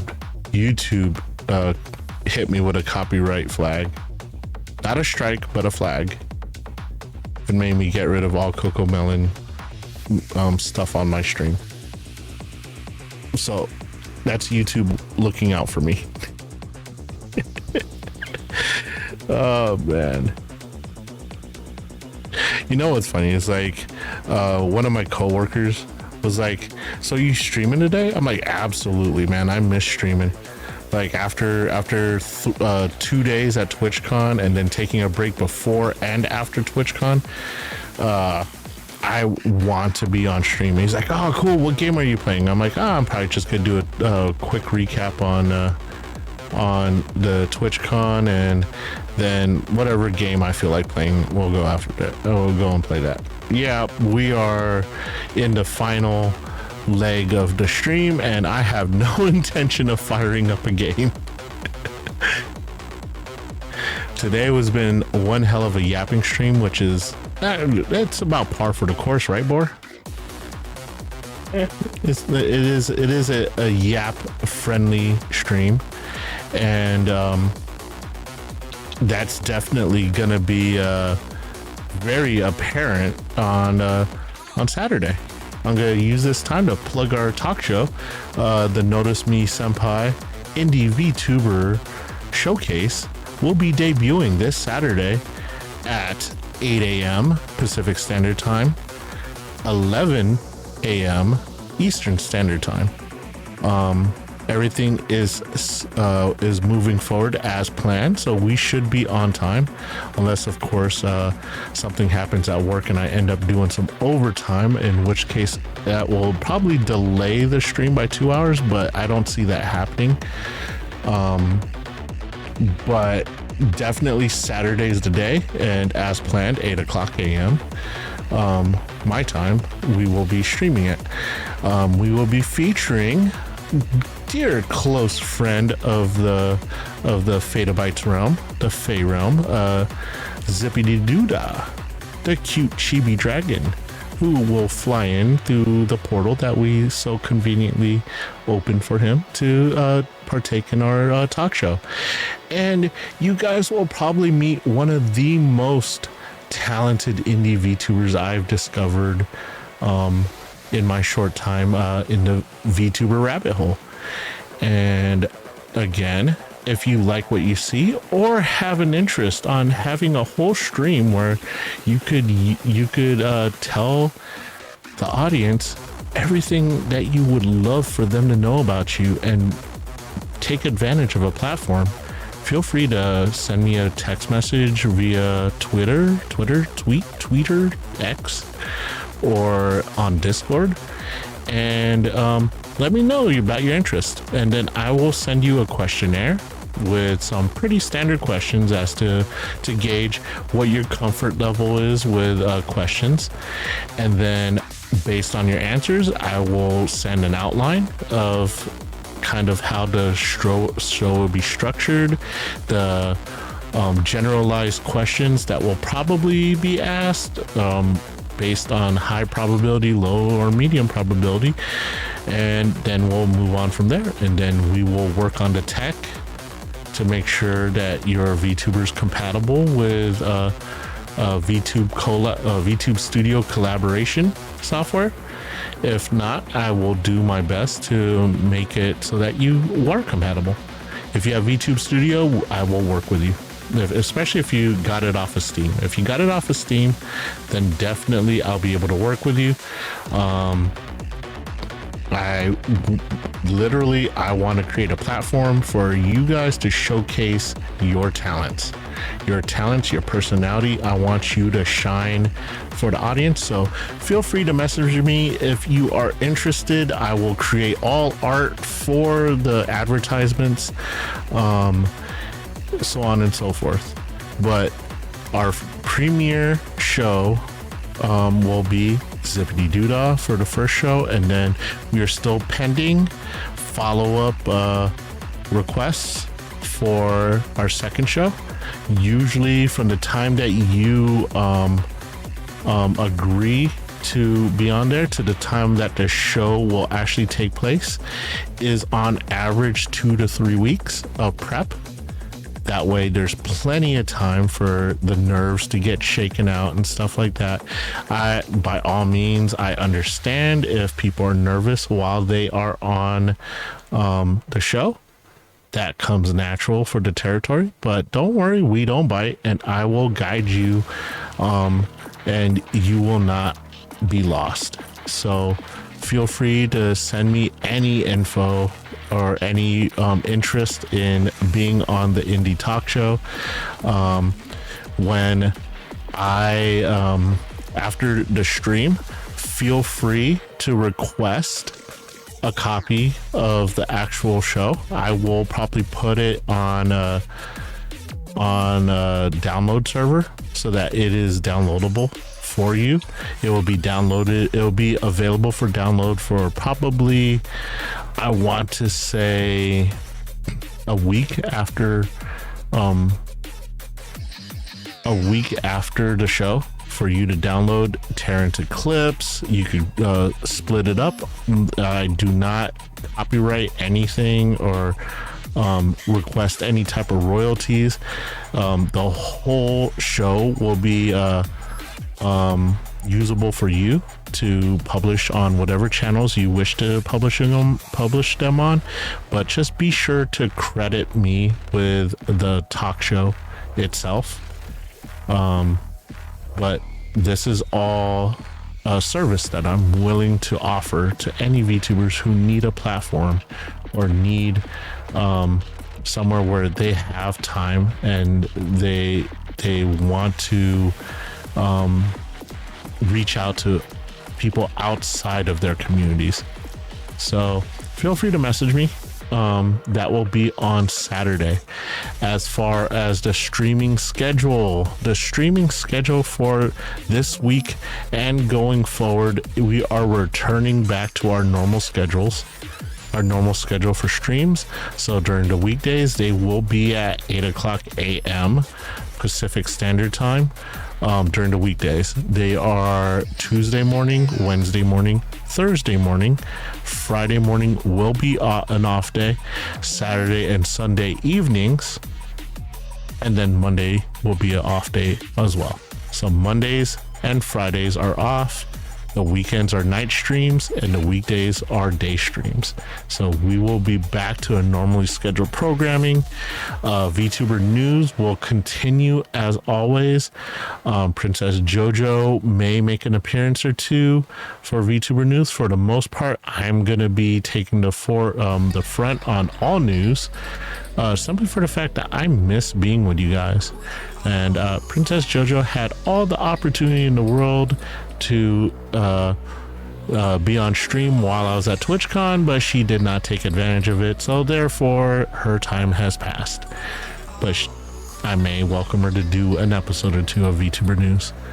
Other than that, I have no other live events to stream for the remainder of 2024, I believe. Yeah, I don't believe that I'll be going anywhere for New Year's. I believe, wait, what day does New Year's fall on anyway?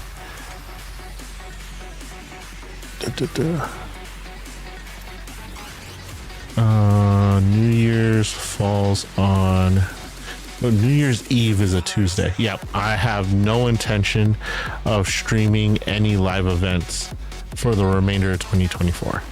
So all events will be stream events.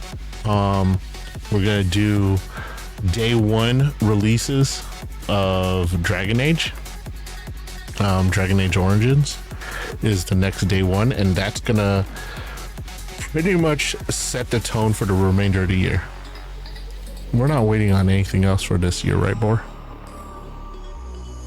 I do not believe so. Yeah, like they still haven't came out with a release schedule for Fable. What is that? Expedition 33 is coming out next year. Yeah,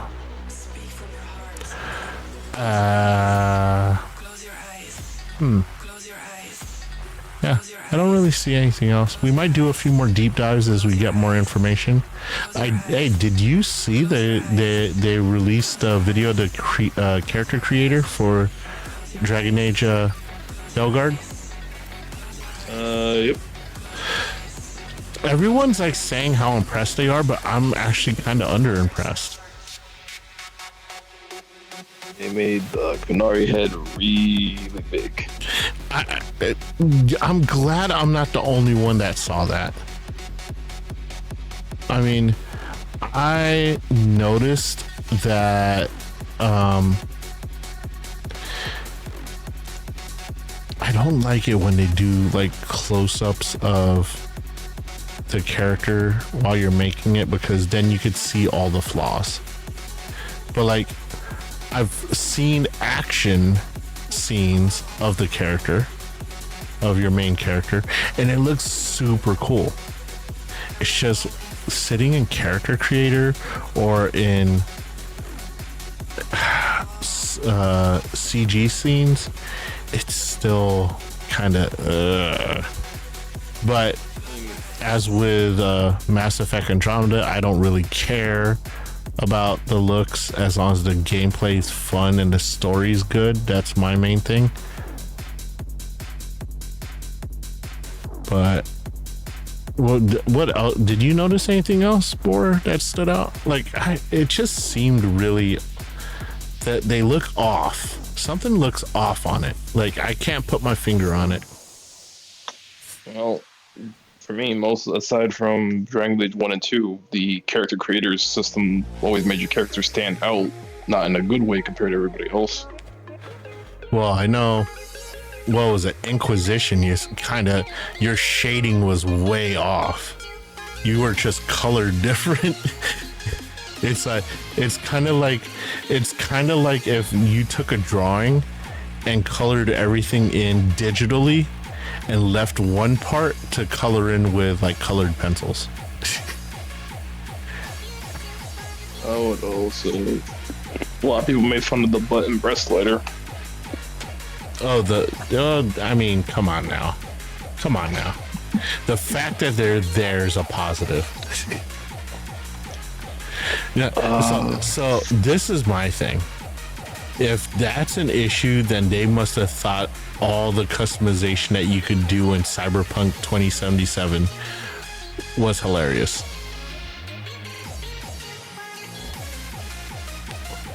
Like the only time you saw your character was in cutscenes and whenever you're riding a motorcycle.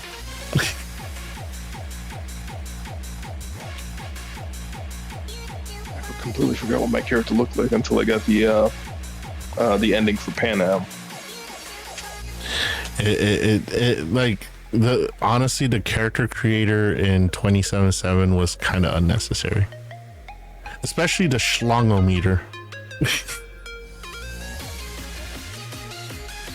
That was definitely unnecessary.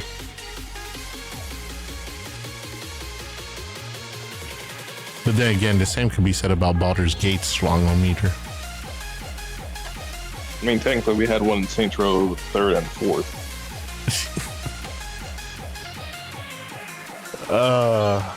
Character creations it's kind of weird. I'm trying to think which game have I played that had a really good character creator. You know what? I like Baldur's Gate character creator, to be honest. Baldur's Gate 3. The character creator on there is actually really, really well done. Dragon's Dogma 2.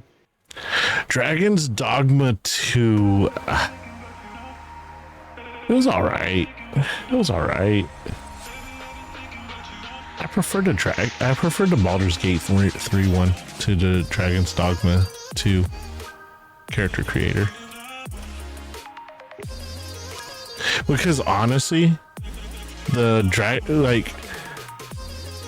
I feel like there was more purpose to the Baldur's Gate one. Like Dragon's Dogma 2, like I could have done default wrestler from wrestling game thing there, and it would you really wouldn't be able to tell, because it's like the armor and everything covers everything up, and it's just like you're never really featured in any of the cutscenes too much.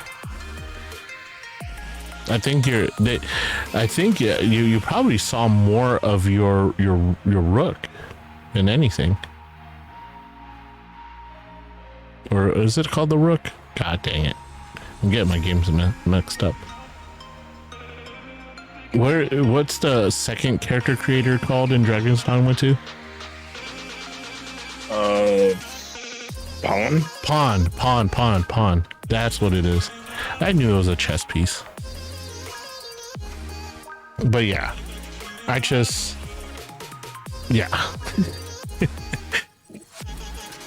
I mean, for the time, I kind of like the character creator in Fallout 4 for that time period.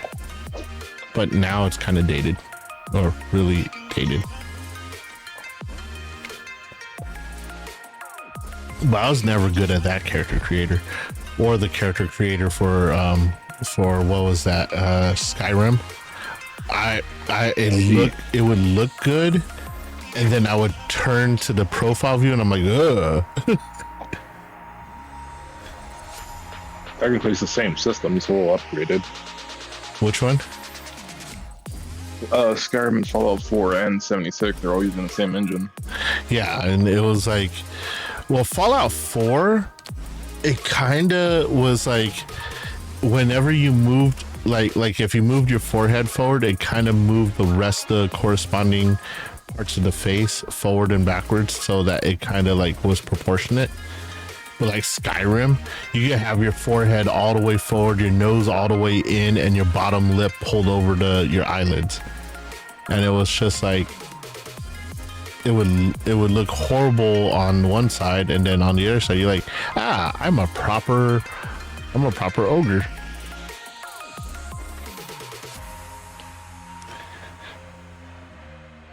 Have you ever gotten into character creator and then just try to make the most hideous character you possibly could?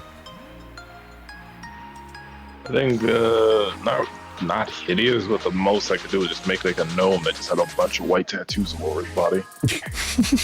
What? A gnome? What game had gnomes? Baldur's Gate 3.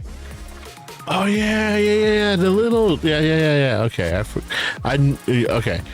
So you hardly ever see anyone play as a gnome in Baldur's Gate. They're all tieflings. Everyone makes a tiefling. I made a human. You made a human? I made a human because I normally play humans. I know, I'm boring. I'm casual Randy. Tried making a tiefling, didn't like how it looked, and then I just stuck with the gnome. I don't call you boring. I just call you misguided.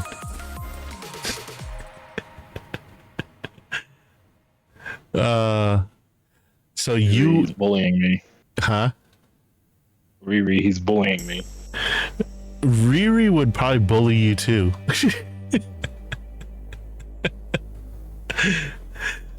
I'm like, you don't play a fantasy game to play a human.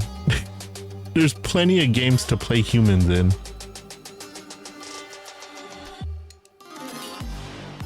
Now, so played human in Dragon's Age 1 and 3 and Awakening. Played, for the most part, I played elves. I think this is the first Dragon Age game where I'm gonna make a dwarf. You're gonna be seeing a lot more dwarf magic. Well, I mean, we all know I'm gonna run a warrior, shield and sword warrior. Hopefully, I could use a shield and like battle axe or hammer. I haven't done that since the first game. But yeah, that's what I'm gonna roll with. I'm gonna run a dwarf tank, and for other reasons too.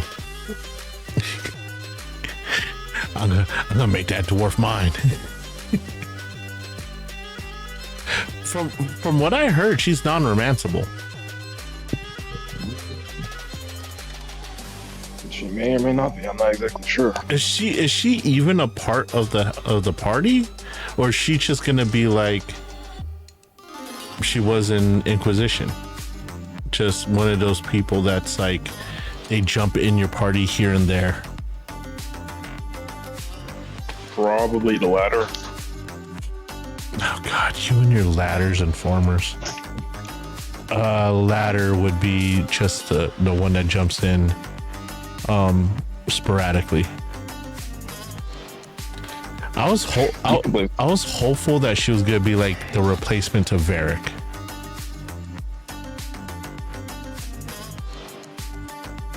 Since we all know Varric's gonna die. His favorite dwarf. Well, aside from Sandal. He was not my favorite dwarf. I did not like Varric. Enchantment. And I always thought Varric would be in Dragon's Age 2. Enchantment.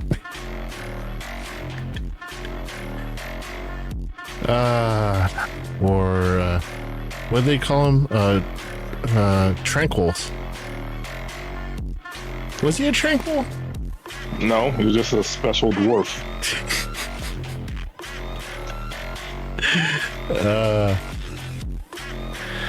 Oh man, we got a couple special dwarves in our realm. I don't think they would have been able to make him tranquil because most dwarves don't really have a connection to the Fade in the first place. True, there's not many magical dwarves. And most of the magical dwarves are just blessed by the Titans. Yeah. But the dwarves in Warcraft, oh no. Those guys are super magical. Someone that has like an audio book of their favorite character being a magical dwarf. All right, we are crossing over the 4-hour mark. We are actually like 3 minutes over the 4-hour mark. So been a good catch-up stream. I missed all of you guys. I you know what? I did not turn off the viewer counter since I started up the new computer, which I am doing right now. But I have been pretty much trying to pretend like it's not there this whole stream. For those of you that don't know, that has been a big tip of mine since day one, is if you are streaming, turn off your viewer counter and always assume that someone's watching you. That way your streams do not change. Your streams are always they're always the same quality whether someone's there or not. But yeah, I did have my my viewer counter up because new computer, all my settings are set to default. But I did notice we had quite a few people stop in and come in and out of stream. So thank you all for stopping by. Thank you for the warm welcome back from TwitchCon. I promise I will not be leaving stream for that long of a period of time until the next big convention, which I'm not sure when the next one I'm gonna attend is. I mean, honestly, I still have a hard time traveling long distances for streams since I am only allotted a very small amount of time away from the hospital when I for vacation. So and I definitely don't want to just go away for a couple days for a convention and then come back. Like if I go and travel very, very far, I want to be able to take a good amount of time off. So more than likely TwitchCon, maybe Anime Expo next year. Maybe if I really want to push it, probably PAX West.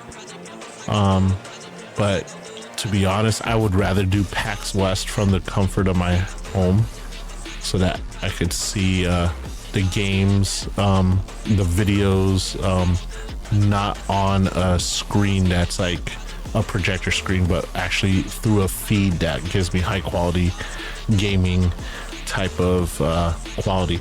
So I will try not to be away from stream so long and try to keep a nice decent schedule. But thank you guys for being patient for TwitchCon. I apologize for any and all of these scuff streams that happened from TwitchCon, which are still up on my VODs. So I'm not going to take them down because honestly, those are memories that I want to keep. So I might put them in a private folder on YouTube before Twitch gets rid of them. But definitely is good to be back. It's good to be with the Fatabites in the Fey realm.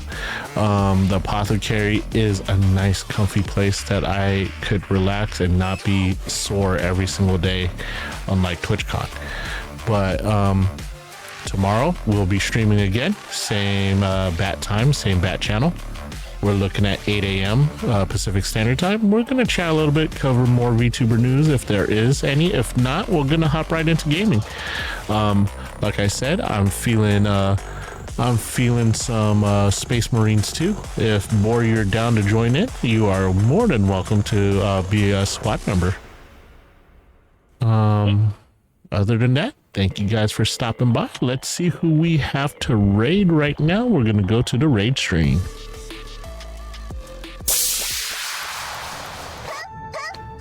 All right, on the docket today, who do we have to raid?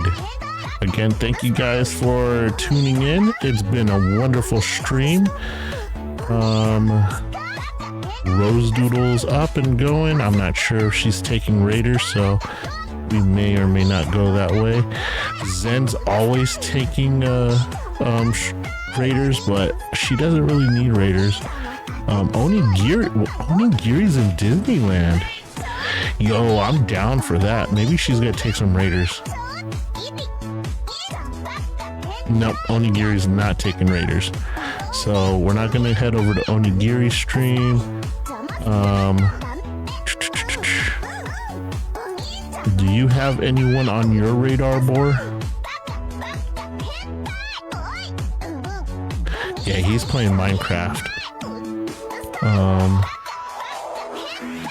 We got a Valorant player. Someone's playing Dauntless. Iron Mouse is asleep on her subathon. Zen's playing Pushing It with Sisyphus. That sounds like an STD.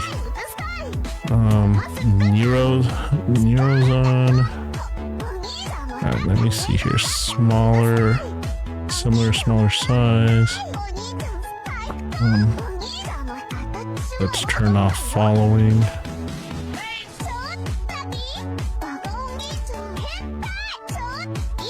Okay. Let's see, who do we have here? I kind of don't want to go into another stream of someone that I don't know because of that whole thing that happened before where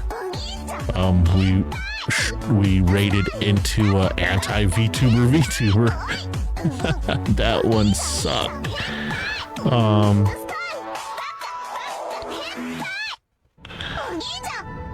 A lot of people are just chatting. What's going on here?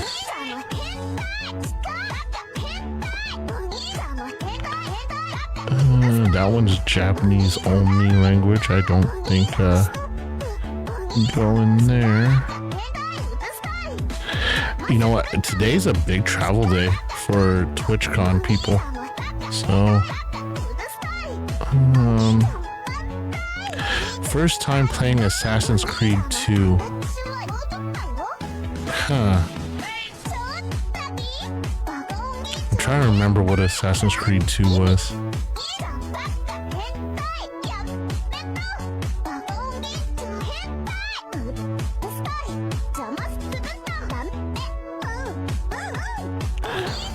Just chatting. I'm seeing a lot of just chatting.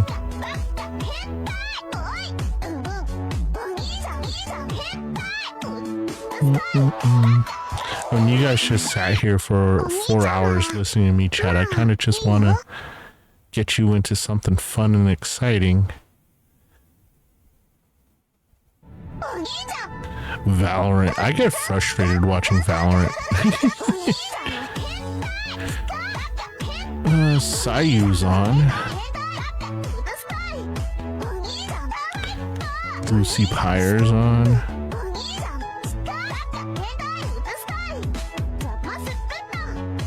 Alright, let's go in. What's Dauntless? I'm trying to remember what that game is.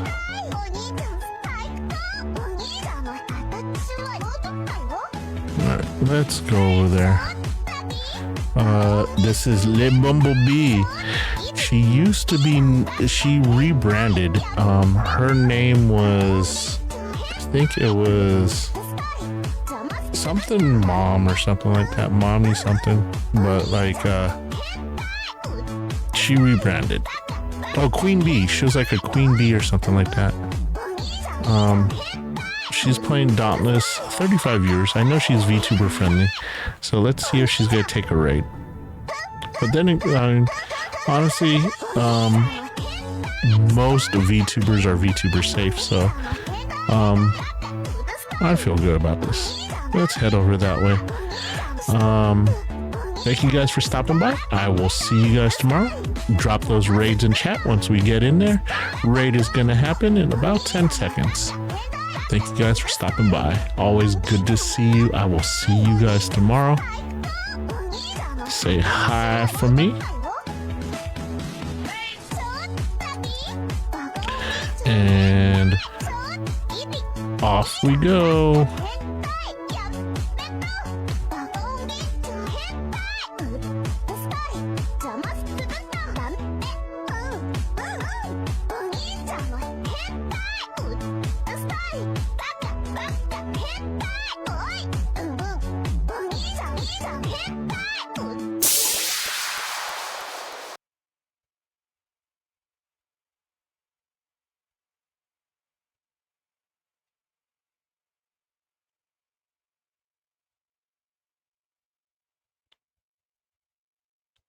We successfully raid in.